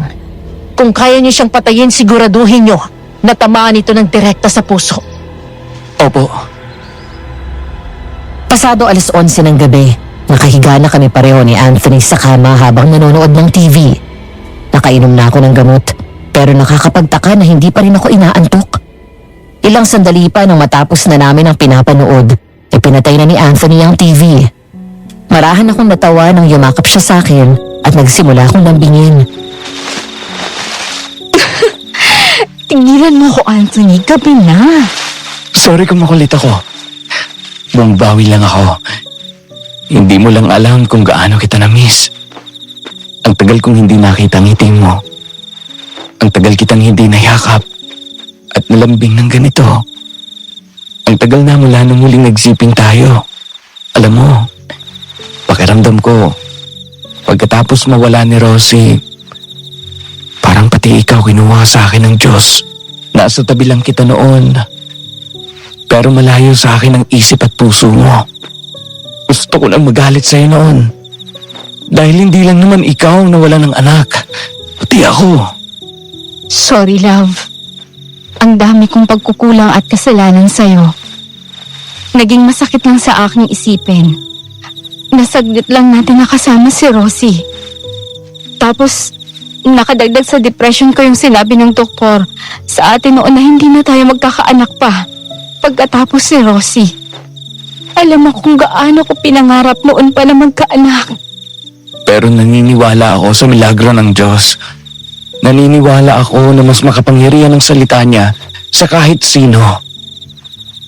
Ipagdadasal natin to. Hindi pa huli ang lahat. Bata ka pa. Pwede pa tayong magkaanak. Okay. So ano? Ay, ang kulit po talaga. Halika nga dito, misis kong sexy. Ano yun? Mukhang may laban din silang mag-asawa. Loko ka talaga. Unti-unting nawala ang ngiti namin at bumangon kami nang marinig ang tunog ng mga nababasag na gamit habang patuloy ang pagsigaw. Ngayon ay hindi lang boses ng babae ang naririnig nila, kundi maging sa lalaki. Hanggang sa isang pamilyar na angil ang sunod naming narinig na nagpatindig sa lahat ng balahibo ng katawan ko. Hindi ako maaaring magkamali. Iisa lang ang kilala ko na nagmamay-ari ng ganong boses, ang aswang. Ano yun? Nasundan niya ako. Sino? Yung aswang. Nasa kabilang kwarto ang aswang. At siguradong pinatay na niya ang mga tao sa kabila. Makinig ka sa akin. Presence of mind. Okay? Tandaan mo mga sinabi ni Nurse Molly. Halika, lumabas na tayo. Hindi pwede. Baka makita tayo ng aswang. Dito tayo sa bintana lalabas. Lane, magtiwala ka sa akin. Hindi kita pababayaan. Ang kailangan kong gawin mo ay maging matapang ka. Gaya ng tapang noong kinalaban mo ang aswang doon sa facility. Okay? Okay. Nagmamadali kaming tumayo ni Anthony at nagpatong lang ako ng robe habang siya'y naka-sweatpants at tank top lang. Pagkatapos ay kinuha namin ang mga binalot naming asin na may bawang gaya ng binigay sa akin ni Nurse Molly doon sa ospital. Si Anthony naman ay hawak ang balisong na siyang nagsisilbing armas namin. Hindi ko alam kung sapat na yun, pero ng mga sandaling yun, alam ko na ang Diyos ang higit na may kapangyarihan para mailigtas kami. Dahan-dahang binuksan ni Anthony ang bintana na nakaharap sa beach. Inilalayan niya akong sumampa hanggang sa nakatapak na ako sa hamba nang biglang kumalabog ang pinto. Alam ko nandiyan ka, babae. Buksan mo to. Bilis! May pagmamadali pero maingat akong bumaba mula sa bintana. Mabilis na tumalon si Anthony palabas at sinarado ang bintana habang ang aswang ay pilit na ginigiba ang pinto. Umikot kami sa kabilang gilid ng bahay at nakiramdam ng biglang tumahimik. Mula doon sa pinagtataguan namin sa isa pang bintana, bahagyang sumilip si Anthony. Takbo! Bilis! Nakita ni Anthony na mula sa isa pang bintana binasag ng aswang ang salamin at pumasok sa kwarto. Samantala, maghahawak kami ng kamay na mabilis na tumakbo palayo sa villa na tinutuluyan namin. Hanggang sa huminto kami nang makita na may isang security guard na patay nang nakahandusay sa lupa. at naliligo sa sariling dugo. Dinampot ni Anthony ang baril at binigay yun sa akin. Hanggang sa lumingon kami nang lumabas mula sa bintana ang aswang at galit na umangil nang makita kami. Anthony! Yung aswang! Nakita na niya tayo! Takbo! Mabilis kaming kumaripas ng takbo palayo. Pareho kaming walang suot na sapatos o tsinelas. Hindi alintana ang mga bato at matalas na sanga mula sa putol na kahoy na natatapakan namin. Basta ang mahalaga, makalayo kami. Habang tumatakbo ay panay ang lingo namin hanggang sa tuluyan kaming abutan ng aswang. Anthony!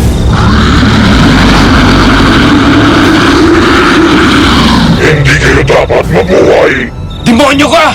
Ikaw dapat ang hindi mabuhay! Wala kang lugar dito sa mundo! Lane! Barilin mo siya! Baka tamahan ka! Huwag mo akong intindihin! Mas mahalaga na mapatay natin siya! Kaya mo ba? Kaya mo bang iputukan at masaktan ang pinakamamahal mong asawa? Lane! Huwag kang magpapadala sa sinasabi niya! Maniwala ka sa akin! Ibaba mo yung baril mo. Kung ayaw mong madamay ang asawa mo, lumapit ka dito. Wag! Kanina nang abutan kami ng aswang, ay bigla akong tinulak ni Anthony palayo. Kaya nang talunan kami nito, ay sa kanya bumagsak ito. Agad nitong sinakal ang asawa ko, pero nakapanlaban siya at sinuntok at siniko ang aswang, sabay sipa ng malakas. Nakaalis ito sa ibabaw ni Anthony. Kaya agad ako nagpaputok. Tinamaan ito ng 2 beses, kaya bumagsak ang aswang. Mabilis ko nilapitan ang asawa ko at hinila siya palayo. Muli sana kaming tatakbo nang nakatayo ang aswang at naabutan kami. Sinunggaban nito si Anthony sa batok at tinutok ang matalas na kuko sa leeg niya.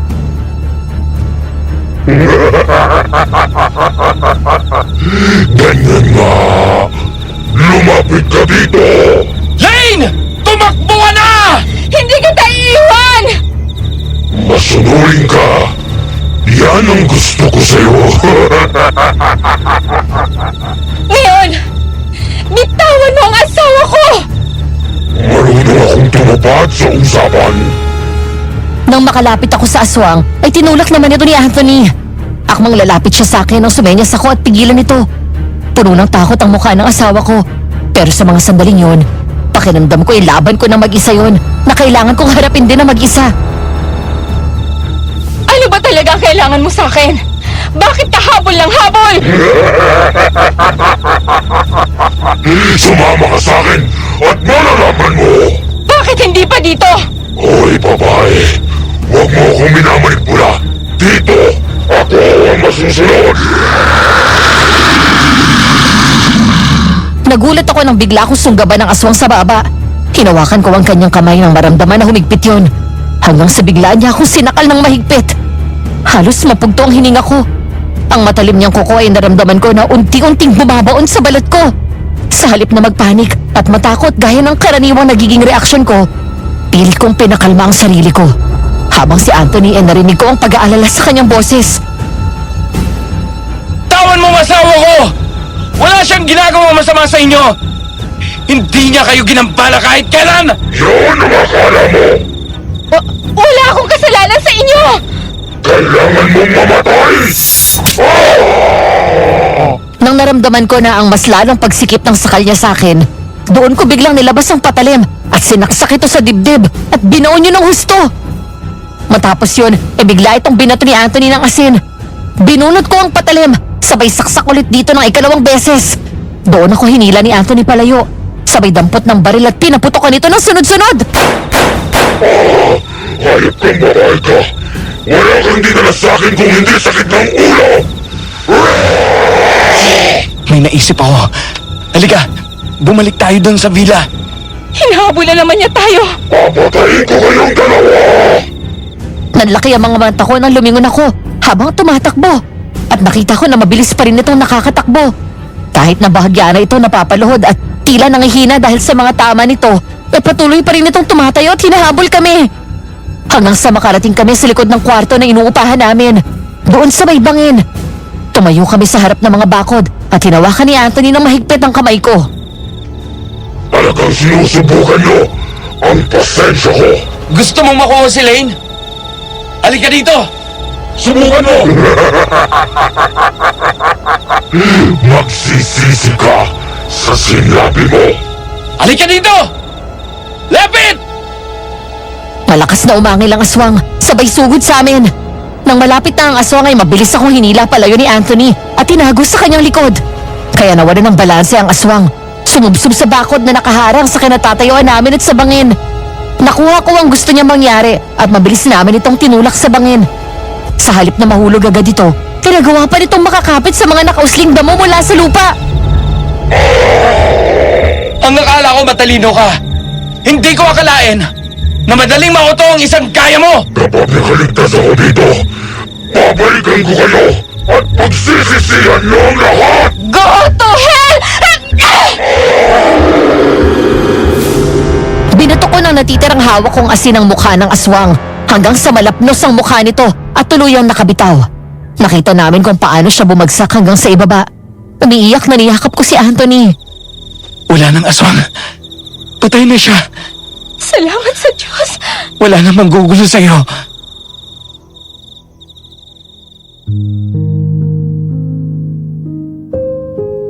Lumipas ang 2 buwan. Masaya kaming bumaba ng sasakyan ni Anthony. Magtatatlong linggo din kaming nawala sa Pilipinas at nagpunta sa Europe para sa aming second honeymoon. Matapos ang formal na pagsasampa namin ng kaso laban kay Doray at mga inisyal na mga investigasyon, tuluyan na siyang naging wanted ng mga pulis at pinaghahanap hanggang ngayon. Mula rin nang makabalik kami ng Maynila mula sa Siquijor ay hindi na nagpapakita ang mga multo. Kahit sa panaginip ko. Wala na ring aswang na gumugulo sa akin matapos nitong mahulog sa matarik na bangin na yun. Habang ako naman ay mas malaki na ang improvement ng kondisyon ko dahil sa tuloy-tuloy na session ko sa therapist ko. Ate Lane! Kuya! Welcome back! Salamat. Kumusta dito? Ayos naman, ate. Kumusta pala yung kapalit ni Doray? Ayos naman, kuya. Mas okay ito kaysa kay Doray. Mabait at masipag. Mas masarap magluto. At saka, ito sigurado tayo na safe kasi highly recommended by mommy. Mabuti naman kung ganon. Dahil ayoko na mangyari ulit yung nangyari dati. Kumusta na pala yung kaso, Nicole? Umuusad ang kaso, ate. Nagbibigay ng update sa akin si attorney. Patuloy ang mga pulis sa paghahanap kay Doray. Pagkatapos nilang magpaskil ng picture niya sa publiko, may datong mga biktima ang nag-report. Nakausap ko mismo yung 2 sa kanila. Ate, pareho kayo ng pinagdaanan. Anong ibig mong sabihin? Bigla na lang daw silang parang nababaliw. Nag-hallucinate at nakikita nila yung babaeng nakapula na may gilit sa lieg. Gaya na sinasabi mo na nakikita mo. At gaya mo, ginagawa din niyang mukhang nababaliw at nawawala sa sarili ang mga biktima niya. Hanggang sa napapansin nila na nawawalan sila ng pera at mga alahas. Nagagawa niyang iligaw ang mga tao sa paligid niya at paniwalain na ang nakakawala ng pera at alahas ay yung biktima. Dahil nga, and I quote, wala sila sa sarili. At hindi ko alam kung saan dinala ng biktima ang pera. Pero ang totoo, si Doray ang nagnakaw. May nabanggit ba sila tungkol sa aswang?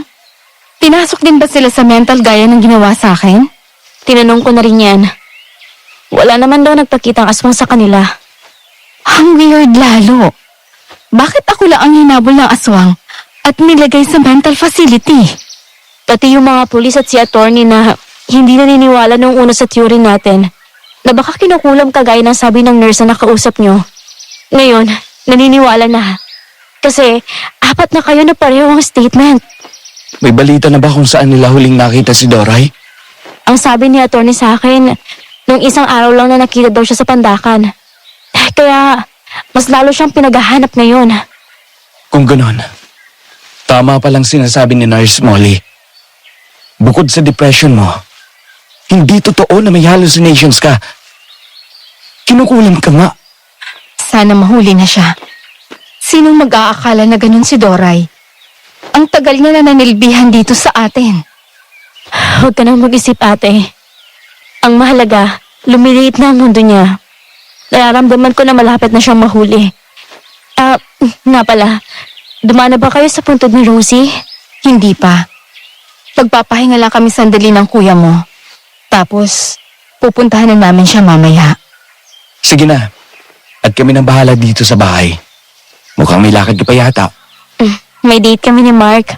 Baka doon ako matulog sa kanya this weekend, ate. Sige. Ay, andyan na pala ang jowa ko. Bye! Matapos makakain ay nagpahinga muna kami at nakatulog din ng 3 oras. Pasado 4:00 na ng hapon nang umalis kami sa bahay at dumalaw sa puntod ng anak namin na si Rosie. Muling bumigat ang dibdib ko nang makita ang nakaukit na pangalan niya sa lapida. Hindi ang tagpong yon ang pinangarap naming mag-asawa na makita sa anak namin. Kami dapat ang ililibing niya. Hindi kami ang maglilibing sa kanya. Ninakaw ng pangyayaring yun ang buhay at pangarap ng anak ko. Kung narito lang sana si Rosie, tsak na matutuwa siya sa ibabalita namin. Hi, anak. Kumusta ka na dyan sa heaven? Kakauwi lang namin ni daddy mo galing sa bakasyon. Kung kasama ka namin, tsak na mag-e-enjoy ka. Lagi ka namin naaalala. Sa mga lugar na pinupunta namin, huwag ka mag-alala sa mami mo. Nandito na ulit ako. Aalagaan ko siya lalo na ngayon na magkakaroon ka na ng kapatid. Tama, Madam Venus. Buntis ako. Nagkatotoo ang sinabi ni Anthony. Nabuntis nga ako ulit. Nasa kalagitnaan kami ng honeymoon trip namin nang malaman namin ang balita. Matapos mag-positive ang pregnancy test, kinabukasan ay agad kaming nagpa-check up at kinumpirma ng OBGYN na buntis ako. Dininig ng Panginoon ang dasal naming mag-asawa. Pinatunayan sa amin ang pangyayaring yon sa buhay namin na walang imposible sa Diyos. Kung nakalaan para sa'yo, ibibigay niya basta hiningi mo at pinagdasal sa pangalan ni Jesus. Mula sa paniniwala na hindi na ako muling magkakaanak pagkatapos ni Rosie hanggang sa himala na nasa loob ng sinapupunan ko. Masayang yumakap ako kay Anthony habang nakatingin sa puntod ng anak ko. Love, sa tingin mo ba masaya si Rosie na magiging ate na siya? Sigurado ako dyan. Naaalala mo pa? Noong buhay pa siya, palagi niyang birthday wish ay baby brother. Sa wakas, natupad na rin ang wish ni Doray? Nasaan? Ayun! Nakatago sa likod mo si Leo! Hoy! Dito ka lang. Hahabulin ko siya. Mag-iingat ka! Mabilis tumakbo si Anthony at hinabol si Doray. Hindi ako maaaring magkamali. Kitang-kita ko siya na nakatayo sa gilid ng isang musileo at nakatingin sa amin. Nagulat pa siya nang makita niya na napatingin ako sa kanyang kinatatayuan. Saka agad tumakbo. Habang naghihintay sa pagbabalik ni Anthony, ay puno ako ng kaba. Ilang sandali pa, isang pamilyar na tunog ang narinig ko.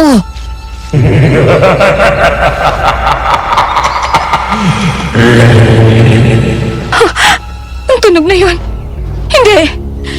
Patay na siya! Nakita ko na patay na siya!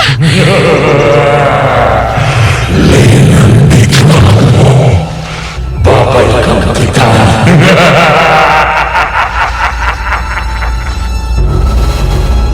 Agad akong lumingon sa paligid nang marinig ang pamilyar na tunog ng aswang na yun. Walang tao sa paligid. May mga ibang tao doon sa sementeryo pero masyado silang malayo sa akin. Bukod doon ay puro nicho na ang nakikita ko. Hanggang sa tumingala ako sa mataas at makapal na punong malapit sa kinatatayuan ko. Makita ko na gumalaw ang mga sanga at tila may isang pares ng paa akong nakita na nagtatago doon. Pero hindi ko masyadong maaninag dahil sa kapal ng mga dahon. Pero hindi pwede mangyari ang iniisip ko. Wala na ang aswang. Patay na siya. Nakita ko mismo na nahulog siya sa bangin. Sa taas ng kanyang hinulugan, imposibleng mabuhay pa siya. Love? Ikaw pala. Ginulat mo naman ako. Sorry. Hindi ko siya naabutan. Sigurado ka ba na si Dora yon? Oo, sigurado ako. Nakita ko siya. Pero hindi lang yun. May narinig akong pamilyar na angel, katulad ng aswang pati tawa. Gaya sa kanya. Tinatawag pa nga ako eh. Love, patay ng aswang. Ang mabuti pa, umuwi na tayo. Mag-aalas 9 ng gabi. 2 araw makalipas ang pagdalaw namin sa puntod ni Rosie. Habang ang kasambahay namin ay nasa kwarto na niya at nagpapahinga, Ako naman ay gising na gising pa sa mga sandaling yun, pero nakahiga na sa loob ng kwarto habang naghihintay sa pagbalik ng asawa ko. Galing siya sa bahay ng parents niya at dumalaw sa biyanan kong lalaki na kalalabas lang sa ospital. Kasama dapat ako, pero sumama yung pakiramdam ko kaya minabuti ko na lang na maiwan sa bahay. Habang naghihintay sa pag-uwi ni Anthony, nag-text ako sa kanya at nagpabili ng mga cravings ko gaya ng Ilocos Empanada, Hong Kong style na fried noodles na sinabi ko talaga eksakto kung anong timpla ng sauce na gusto ko, at manggang hilaw na kalabaw. Matapos magluto ng kasambahay namin kanina ng masarap na ginisang bagoong para sa special request ko, nakare-kare naman bukas. Love, pauwi ka na? Yep, nasa kotse na ako. Tumawag lang ako para sabihin na pauwi na ako. At nakabili na ako ng mga gusto mo. Mabuti na lang nakaabot ako. Hindi na ka tumatanggap ng order yung sa fried noodles. Takiusap lang ako dahil naglilihi ang misis ko. Thank you, love. Ingat ka sa pagmamaneho, ha? Okay po. Hintayin mo ako at huwag ka muna matutulog ha. Mga less than 15 minutes. Nandiyan na ako. Okay. Lalo ako naglaway nang maisip ko ang masasarap na pagkain na dala ni Anthony. Kaya habang naghihintay ay nagpatuloy lang ako sa pag-scroll ko sa social media account ko. Hanggang sa bigla akong napahinto nang biglang dahan-dahang bumukas ang pinto ng kwarto ko. Mabilis akong nakaramdam ng matinding takot. Ang mga balahibo ko sa katawan ay nangalisag. Wala namang tao at nakalapat ang pinto. Kaya imposibleng hangin ang nagbukas doon dahil sarado din ang mga bintana. Ha? Sino kaya? Ate Lotlot? Nanlaki ang mga mata ko nang makita ko ang isang batang babae na tumakbo sa hallway papunta sa may hagdan. Nagmamadali akong bumaba sa kama nang mapagtanto ko na yung height at haba ng buhok ng batang nakita ko ay katulad ng buhok ni Rosie. Agad umagos ang luha ko kaya nagmadali akong lumabas ng kwarto. Rosie? Anak? Rosie? Rosie? Nasaan ka? Si Mami ito. Please, magpakita ka sa akin. Miss na kita. Anak ko. Anak! Rosie! Mabilis akong lumingon at hinanap si Rosie sa mga silid nang makarinig ako ng yabag ng mga paa na tumatakbo. Nang hindi ko siya makita doon, umiiyak ako na bumalik sa kwarto at tinawagan agad si Anthony. Nakalimang ring pa ang lumipas bago niya tuluyang sinagot ang telepono. Yes, love? May Love! Nandito si Rosie! Naririnig ko siya, tinatawag niya ako! Ano? Ulitin mo nga sinabi mo? Ang sabi ko si Rosie nandito! Naririnig ko siya! Lane, makinig ka sa akin. Huwag kang lalabas ng kwarto. Yung insenso na sinasabi ni Nicole na pinadala ni Nurse Molly. Naalala mo? Nasa sala yon. Sindihan mo ngayon na! Malapit na ako dyan!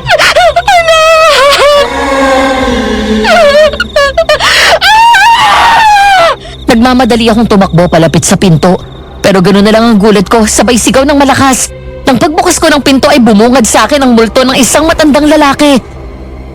Tumakbo ako palabas at nang dumaan ako sa mga katabing kwarto, biglang bumukas sa mga ito at lumabas ang multo ng dalawang matandang babae. Tumakbo ako pababa ng hagdan at natigilan ako nang makita ang paboritong music box ni Rosie na nasa ibabaw ng coffee table namin sa sala. Hindi to totoo! Hindi totoo! Hindi ka totoo! Tigilan niyo na ako! Nang pumihit ako sa kanan ko, nakita ko ang isang white lady. Nakalutang sa hangin ang mga paa at palapit sa akin. Sa kaliwa ko naman, yung babaeng nakapula na madalas nagpapakita sa akin noon. Tumakbo ako sa sofa at sumiksik doon hanggang sa biglang bumukas ang music box ni Rosie at kusa yung tumunog kahit hindi ko pinipihit sa likod. Tama na!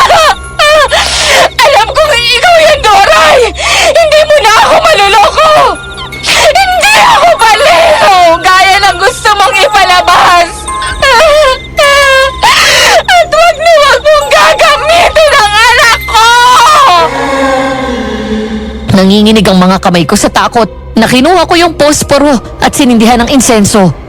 Kahapon lang nasabi sa amin ni Nicole na kinontak daw siya ni Nurse Molly at pinadala ang insenso kasamang iba't ibang pangontra sa aswang at multo sakaling dalawin daw ulit ako. Pinapasabi pa daw nito na hanggat hindi pa nahuhuli si Doray, kailangan magdoble pa rin kami ng ingat. Maya-maya narinig ko na ang malakas na tunog ng preno ng kotse ni Anthony. Kumahangos na dumating ito at agad akong tumakbo sa kanya at yumakap ng mahigpit. Calm down. Nandito na ako. Ang dami ng multo lang. Nakakatakot sila. Naag na sa mukha nila na parang silang bumangon mula sa hukay. Kailangan mo na maging matapang. Hindi ko sila nakikita gaya mo. Sabihin na sa akin kung nandito pa sila. Takot man ay lakas loob akong tumingin sa paligid.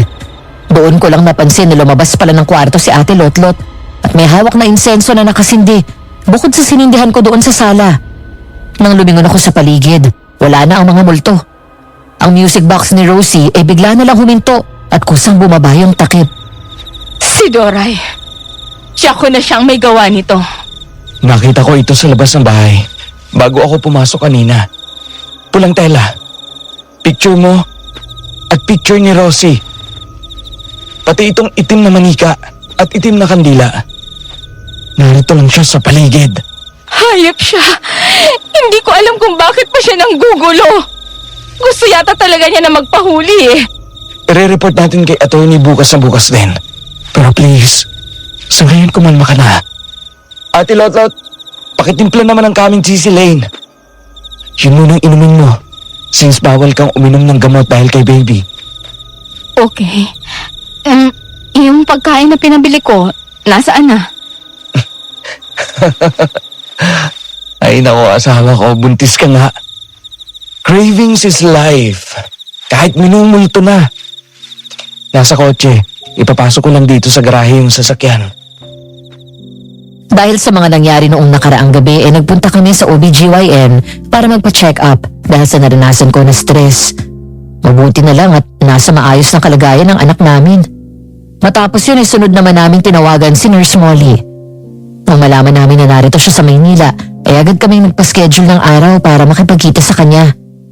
Nasa parking area na kami ng restaurant kung saan kami magkikita. Nang mula pa lang doon sa kotse, nakita namin si Dr. Magno. Nasa loob ng restaurant at kausap ang waiter na mukhang paalis na. Habang may isang bata naman na palaboy ang nasa pinto at nanglilimos. Love, tingnan mo. Nandito din pala si Dr. Magno. Magkasama kaya sila ni Nurse Molly? Oo nga no. Pero wala naman siya nabanggit sa akin. Ang mabuti pa, mauuna na ako sa loob para makausap ko siya. Baka umalis agad eh. Sige, maghahanap muna ako ng parking. Puno dito eh. Agad akong bumaba at nilapitan si Dr. Magno na nagkataon palabas na ng restaurant. Ngumiti ito agad sa akin at bumati. Kitang-kita sa mukha niya ang tuwa na muli akong nakita. Ngunit agad ko napansin na parang may mga sugat ito sa mukha. Para hindi humarang sa pinto ay dinala ko ni Dr. Magno sa likod ng isang sasakyan at bahagyang malayo sa liwanag. Dr. Magno, kumusta po? Nandito ka rin pala. Magkasama ba kayo ni Nurse Molly? Oo. Ang totoo, dalawa kami lumabas dito sa Maynila dahil nagatan kami ng seminar dito sa Pasay. Ah, ganun po ba? Kayo, anong ginagawa niyong mag-asawa dito? Ayun nga po. Makikipagkita kay Nurse Molly. May pag-uusapan lang po kami. Tungkol ba ito sa aswang? Ikaw! Hindi ko na alam ang sumunod na nangyari matapos yun. Samantala ang mga sandaling yun ay pababa na ng kotse si Anthony at wala pa rin kaalam-alam sa nangyari sa akin. Paalis na sana siya nang may marinig na malakas na iyak ng isang babae. Bigla daw na alarma ang asawa ko nang makilala ang boses nito. Hinanap niya ito at nakitang nakahandusay sa likod ng kotse at may malalim na saksak sa tiyan. Tulong! Tulungan niyo ako! Nurse Molly! Nurse! Nasaan ka? Anthony! Nandito ako! Nurse Molly? Sino may gawa sa'yo nito? Ang aswang! Nandito siya! Nasa panganib ang asawa mo! Pero patay na po siya. Buhay ang aswang! At nagtatago siya sa katauhan ni Dr. Magno! Siya ang aswang, Anthony! Magkasabot sila ni Doray! Dr. Magno? Nurse! Sila na bahala sa'yo. Kailangan kong puntahan agad si Lane. Anthony, kunin mo to. Nasa loob ang mga pwede mo maipanglaban sa kanya. Tumawag ka ng mga pulis para mahuli na si Doray. At ang aswang, siguraduhin mong mapapatay mo siya. Opo, salamat po. Iniwan daw ni Anthony sa mga responding gwardya at mga tao doon sa parking lot si Nurse Molly. At pagkatapos ay hinablot ang bag, saka tumakbo papunta sa restaurant. Nakaramdam daw siya ng takot at panlalamig ng katawan nang hindi niya ako nakita sa loob. Nagtanong siya sa gwardya at sa mga waiter, pero walang nakakilala o nakapansin sa akin. Maging si Dr. Magno ay hindi nakilala ng mga staff doon. Frustrated at halos mamatay sa pag-aalala, mangiyak-ngiyak na halos na manghina si Anthony nang hindi na niya ako mahanap sa buong paligid ng restaurant. Sinubukan niya akong tawagan, pero nakita niya ang phone at bag ko na nasa gilid ng isang sasakyan. Hanggang sa may lumapit sa kanyang batang pulubi at may binigay na papel. Isang maikling note mula kay Dr. Magno, kasama ang isang address. Gusto mong makita ang asawa mo? Pumunta ka dito sa address na to. Nicole, tumawag ka ng pulis. Alam ko na kung nasaan si Doray. Magkasabot sila ng aswang. Si Dr. Magno, yung psychiatrist doon sa Sikihor. Siya ang aswang. Isulat mo itong address. Oo, kuya. Tatawag ako agad ng mga pulis. Pero may kailangan ka pang malaman tungkol sa pagkamatay ni Rosie. Ano yun? Aksidenteng natumasa ni Ate Lotlot ang USB flash drive na ito. Dito sa servants' quarters, kung saan ang dating kwarto ni Doray. Nang tingnan ko ang laman, may video na nangyari nung araw na namatay si Rosie. Sinadya niyang i-delete ang footage mula sa CCTV camera at nilagay dito ang kopya. Kuya, hindi aksidente ang pagkamatay ni Rosie. Samantala naalimpungatan ako matapos marinig ang dalawang pamilyar na boses na nagtatalo. Si Doray at Dr. Magno. Unti-unting nagbalik sa isip ko ang nangyari. Nang ipakilala ng doktor ang tunay nitong katauhan, e bigla na lang niyang tinakpan ang bibig at ilong ko ng puting panyo at doon nawalan ako ng malay. Nang dahan-dahan kong dinilat ang mga mata ko, nakita ko nasa isang abandonadong warehouse ako habang nakahiga sa sahig at may isang drum kung saan may malaking apoy doon. Ano ba yung plano mo sa kanya? Ayan na yung babae! Mabango ang huminga dahil sa bata sa kanyang sinapupunan. Mas lalo akong natatakam sa kanya. Patayin mo na kagad. Malaki ng hirap natin dyan. Kailangan niya nang mawala at ng asawa niya. Masyado na silang maraming alam sa atin, Conrad. Tiyak na may papasarado ang ospital kapag nahuli ako. Sisihin mo ang sarili mo. Sino ba ang pumaypa? Hindi ba't ikaw ang sumira sa plano natin? Kung hindi mo tinulak ang bata niyon sa hagdan at kung hindi mo binugbog ang babae niyan, hindi sana wala tayong problema ngayon. Baka nakuha mo na ang pera at may ibang amo ka na. Kailangan kong patayin ng bata dahil nakita niya na kinukuha ko yung pera ni Lane sa kwarto. At nakita ng babaeng niya na pinatay ko ang anak niya. Hindi ka kasi nag-iingat.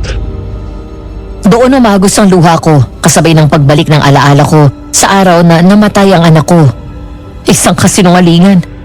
Hindi totoo na naaksidente ako at may nakakita lang sa akin sa daan gaya ng sinabi ni Doray. Ngayon naalala ko lang lahat. Umuwi ako sa bahay dahil hindi natuloy ang meeting ko. Nang makarating ako sa pinto, kitang-kita ko kung paano na itulak ni Doray si Rosie at nahulog sa matarik naming hagdan. At naroon sa loob ng bahay namin, si Dr. Magno. Sumigaw ako dahil sa nasaksihan ko na ikinagulat ng dalawa. Lalapitin ko dapat ang anak ko pero hinabol ako ng dalawa. Bugbog ang inabot ko sa kanila at isang malakas na palo ang naramdaman ko mula sa likod ng ulo ko. Matapos yun, nagising na lang ako sa ospital at wala nang maalala. Doon pinalabas ni Doray na naaksidente ako at nabangga ng sasakyan. Ilam sa mga luha at gaya ng apoy sa loob ng drum na yun. Nagbabaga ang matinding galit ko sa dalawa, lalo na kay Doray. Dahil nakatalikod sa akin ang dalawa, dahan-dahan akong bumangon. At hindi kalayuan sa akin ay may nakita akong patalim. Dinampot ko yun saka mabilis na tumakbo palapit kay Doray.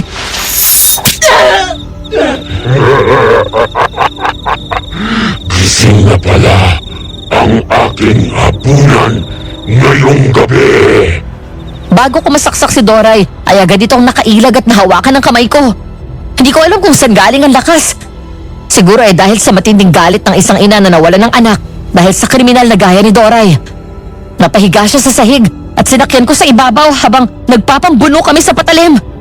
Nanginginig ako sa galit habang sa isip ko paulit-ulit ko na siyang pinapatay. Hindi ko sinasadya ang pagkamatay ni Rosie. Napilitan lang akong gawin yon. Napakahayop mo! Pinatay mo ang anak ko! Wala akong intensyon na saktan kayo. Pera lang talagang habol namin. Wala lang kaming mapagpipilian kung hindi ang patayin ka dahil nakita mo kami! Nagawang itapon ni Doray ang patalim na hawak ko, pero agad ko siyang pinagsasampal at sinabunutan. Makailang beses ko pang inuntog ang ulo niya sa semento at wala akong pakialam kung mamatay siya sa mga sandaling yon sa kamay ko. Basta ang tanging nais ko lang ay ang ipaghiganti ang kamatayan ng anak ko mula sa mga demonyong gaya nila. Napilitan akong lumayo kay Doray nang hilahin ako ng aswang. Pero bago ako tuluyang makalayo, ay nagawa ko pang sipain ng malakas sa tiyan ang dati naming kasambahay. Mabuti na lang at may mga karton at yun ang sumalo sa akin nang halos ihagis ako ng aswang kung saan humagis ang patalim kanina. Agad akong humawak sa tiyan ko at pasimpleng dinampot yun sa tinago sa likod ko. Tumahimik ka na bago pa ako mapilong sa'yo at mapadali ang kamatayan mo. Nahulog ka na sa bangin! Paano ka pa nabuhay? Aswang ako, Lane. Kaya kong pagalingin ang sarili ko sa oras na nakabalik ako sa bahay ko. Hindi namamatay. Ang katulad ko ng basta-basta lang, lalo na at tinutulungan pa ako ng asawa ko na gumaling. Naturingan kang doktor? Tapos mamamatay tao ka? Ano? Totoong aswang ka ba? O parte yun ng palabas niyo para matakot ako?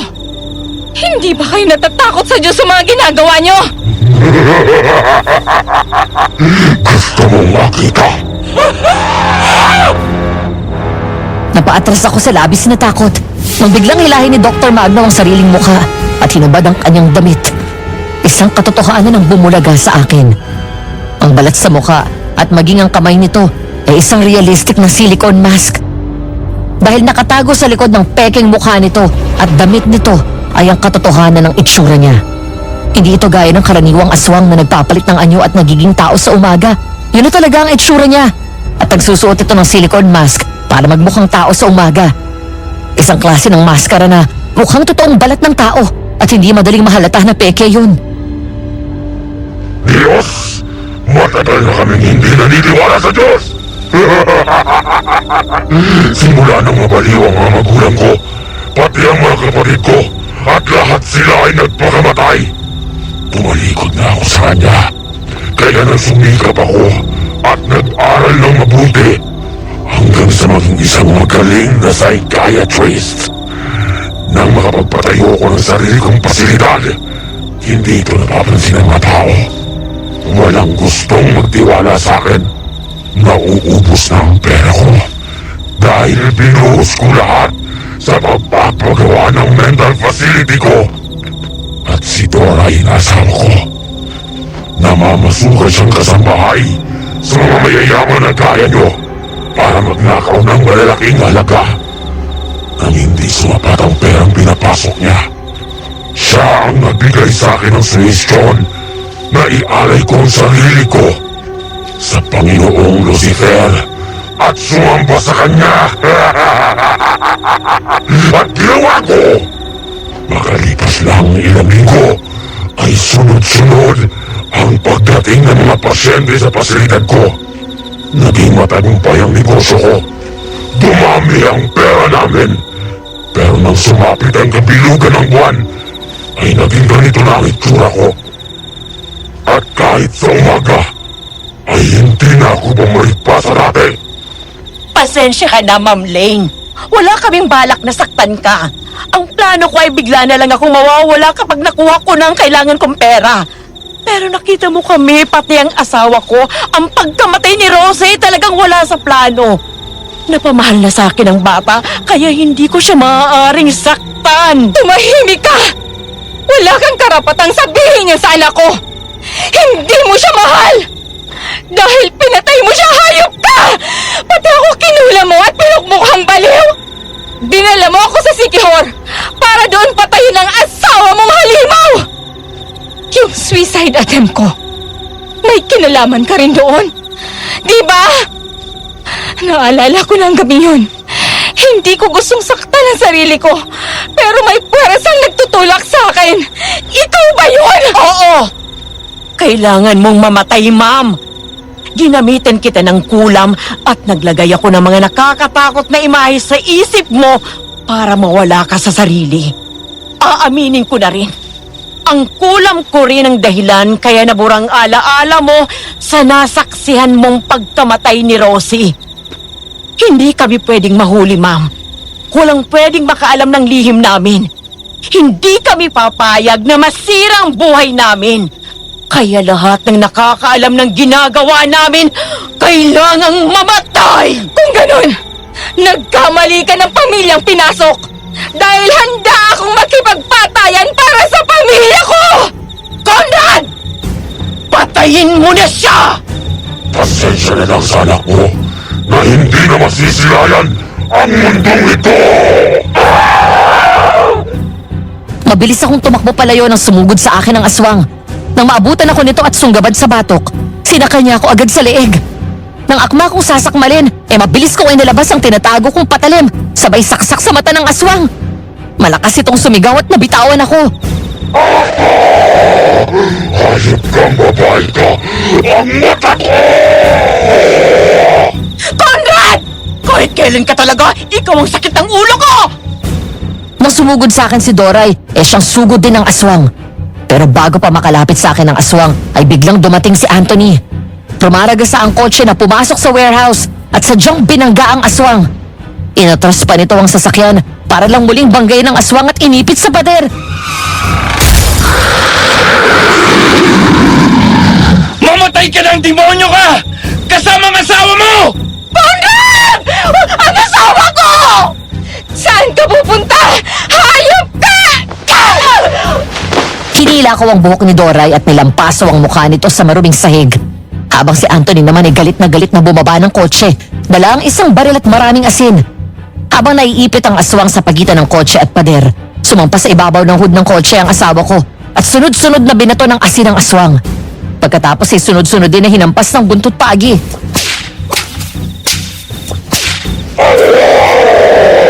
Ipagkakawala ako dito! Dudugtugin ko ang lamang loob mo at ipapakain ko sa asawa mo! Pagbabayaran nyo ang pagpatay sa anak ko! Sa pagnanakaw ninyo sa amin at sa ginawa ninyo sa asawa ko! Lumingon sa paligid si Anthony at nakita nito ang isang galon ng gasolina. Kinuha nito yon at binuhos sa aswang. Habang si Doray ay nakigipambuno sa akin ng patalim na nagawa niyang agawin mula sa akin kanina. Nang akma itong tatakbo sa aswang, kinablot ko ito sa buhok at hinila, saka sinakal gamit ang braso ko. Bitawan mo ako! Ang asawa ko! Huwag niyo siyang sasaktan! Kung papatayin niyo siya, isama niyo na ako! Para ano? Takasan lang ganun na lang ang kasalanan mo? Hindi ko ibibigay sa'yo ang pagkakataon na yon! Dapat sa'yo, mabulok sa bilangguan! At doon ka unti-unting mamamatay! Doon ka humingi ng tulong sa demonyong ginagawa niyang Diyos! Nawala ng balanse si Anthony nang pilit tinulak ng aswang ang sasakyan. Nang makababa ang asawa ko, ay tuluyang makawala ang aswang. Hinabol siya nito at nagawang sakalin sa leeg. Pero mabilis niyang tinutok ang baril sa tapat ng puso nito. Kasunod ng 3 putok ng baril na umalingaw-ngaw sa lugar na yon, ay bumagsak ang aswang. Hinila ni Anthony palabas ng warehouse ang wala ng buhay na katawan ng aswang, kasabay ng pagdating ng mga pulis. Conrad! Ang asawa ko! Mga hayop kayo! Papatayin ko kayo! Lalo na ikaw! Nang subukan akong subunutan ni Doray ay mabilis ko na nilayo ang sarili ko sa kanya, sabay sipa ng malakas. Nawala nito ng balanse at natumba sa drum na may malaking apoy. Napasigaw ito ng malakas nang dumikit ang mukha nito at mga kamay sa napakainit na drama at nalapdos ang balat niya. Ramdamin mo ngayon pa lang ang impyerno, Doray! Ganyan na naghihintay sa'yo sa impyerno kasama ang demonyo mong asawa! Ilang taon kang nanilbihan sa amin. Kahit kailan ay hindi ka namin tinrato ng masama. Tinuring ka namin parang pamilya at minahal ka ng anak ko na parang ikalawa niyang ina! Kilala mo na dapat ako! Mabait ako at mukha lang mahina. Pero pagdating sa anak ko at pamilya ko, kaya kong pumatay ng tao! Nandiyan ang mga polis. Hayaan na natin sa kanila si Doray. Boss! Eto ang aswang! Para makasiguro tayo na hindi na mabubuhay ang aswang, sunugin niyo na siya! Love, ang baby natin, baka kung napaano na siya. Halika, pumunta tayo ng ospital.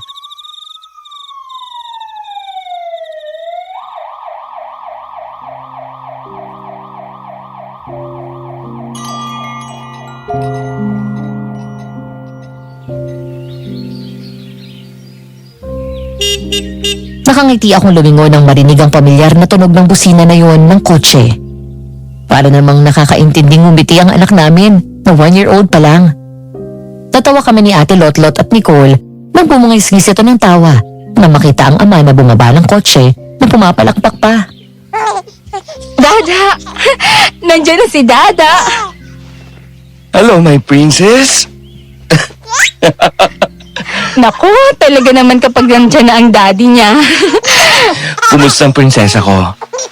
Mamaya tayo mag-play, ha? Maliligo lang si Dada, okay? Hi, love. Hi. Kumusta ang meeting mo with the clients? Masakit sa ulo. Stressful. But we closed the deal. Ha? Talaga? Yup. Kaya magsa-celebrate tayo. Ang galing mo naman. Congratulations, love. Ano bang congrats? Kung hindi mo ako tinuruan ng strategy, hindi ko makuklose yung deal na yun. Sabi nga, di ba? Behind a successful man is a woman. Still, it's your effort. Our effort. Love, thank you ha. Kasi kahit na tinutulak kita palayo noon, hindi mo pa rin ako iniwan. Nagpasensya ka sa akin. Salamat kasi tinanggap mo ulit ako at binigyan ng chance. Alam mo, noong pinakasalan kita, nanako ako sa sarili ko na hindi ko hahayaan na masira ang pamilya natin. Alam ko na parte lang yun ang pagsubok sa pagsasama natin. At eto na tayo. Nalagpasan na natin. Tapos, may isa pang magandang miracle ang binigay sa atin ni Lord.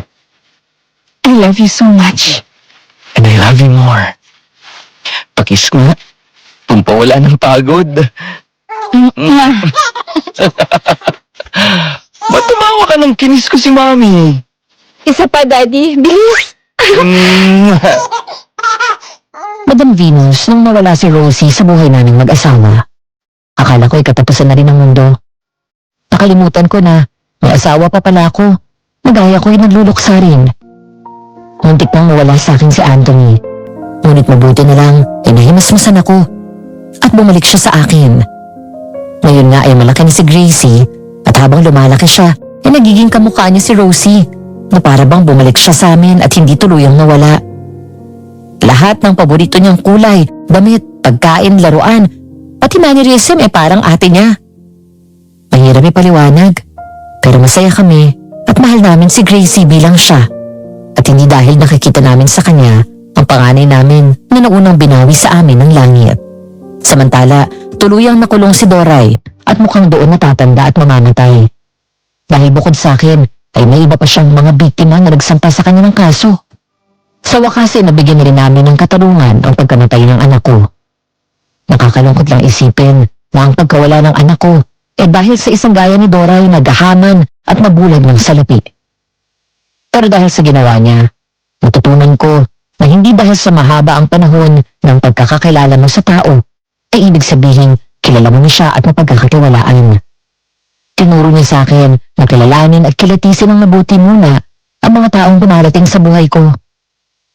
Sana ay wala ng taong gaya ni Doray na mapagsamantala.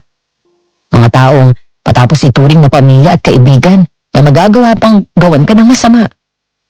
Hindi natutulog ang Panginoon at nakikita niya ang mga ginagawa natin dito sa lupa, mabuti man o masama.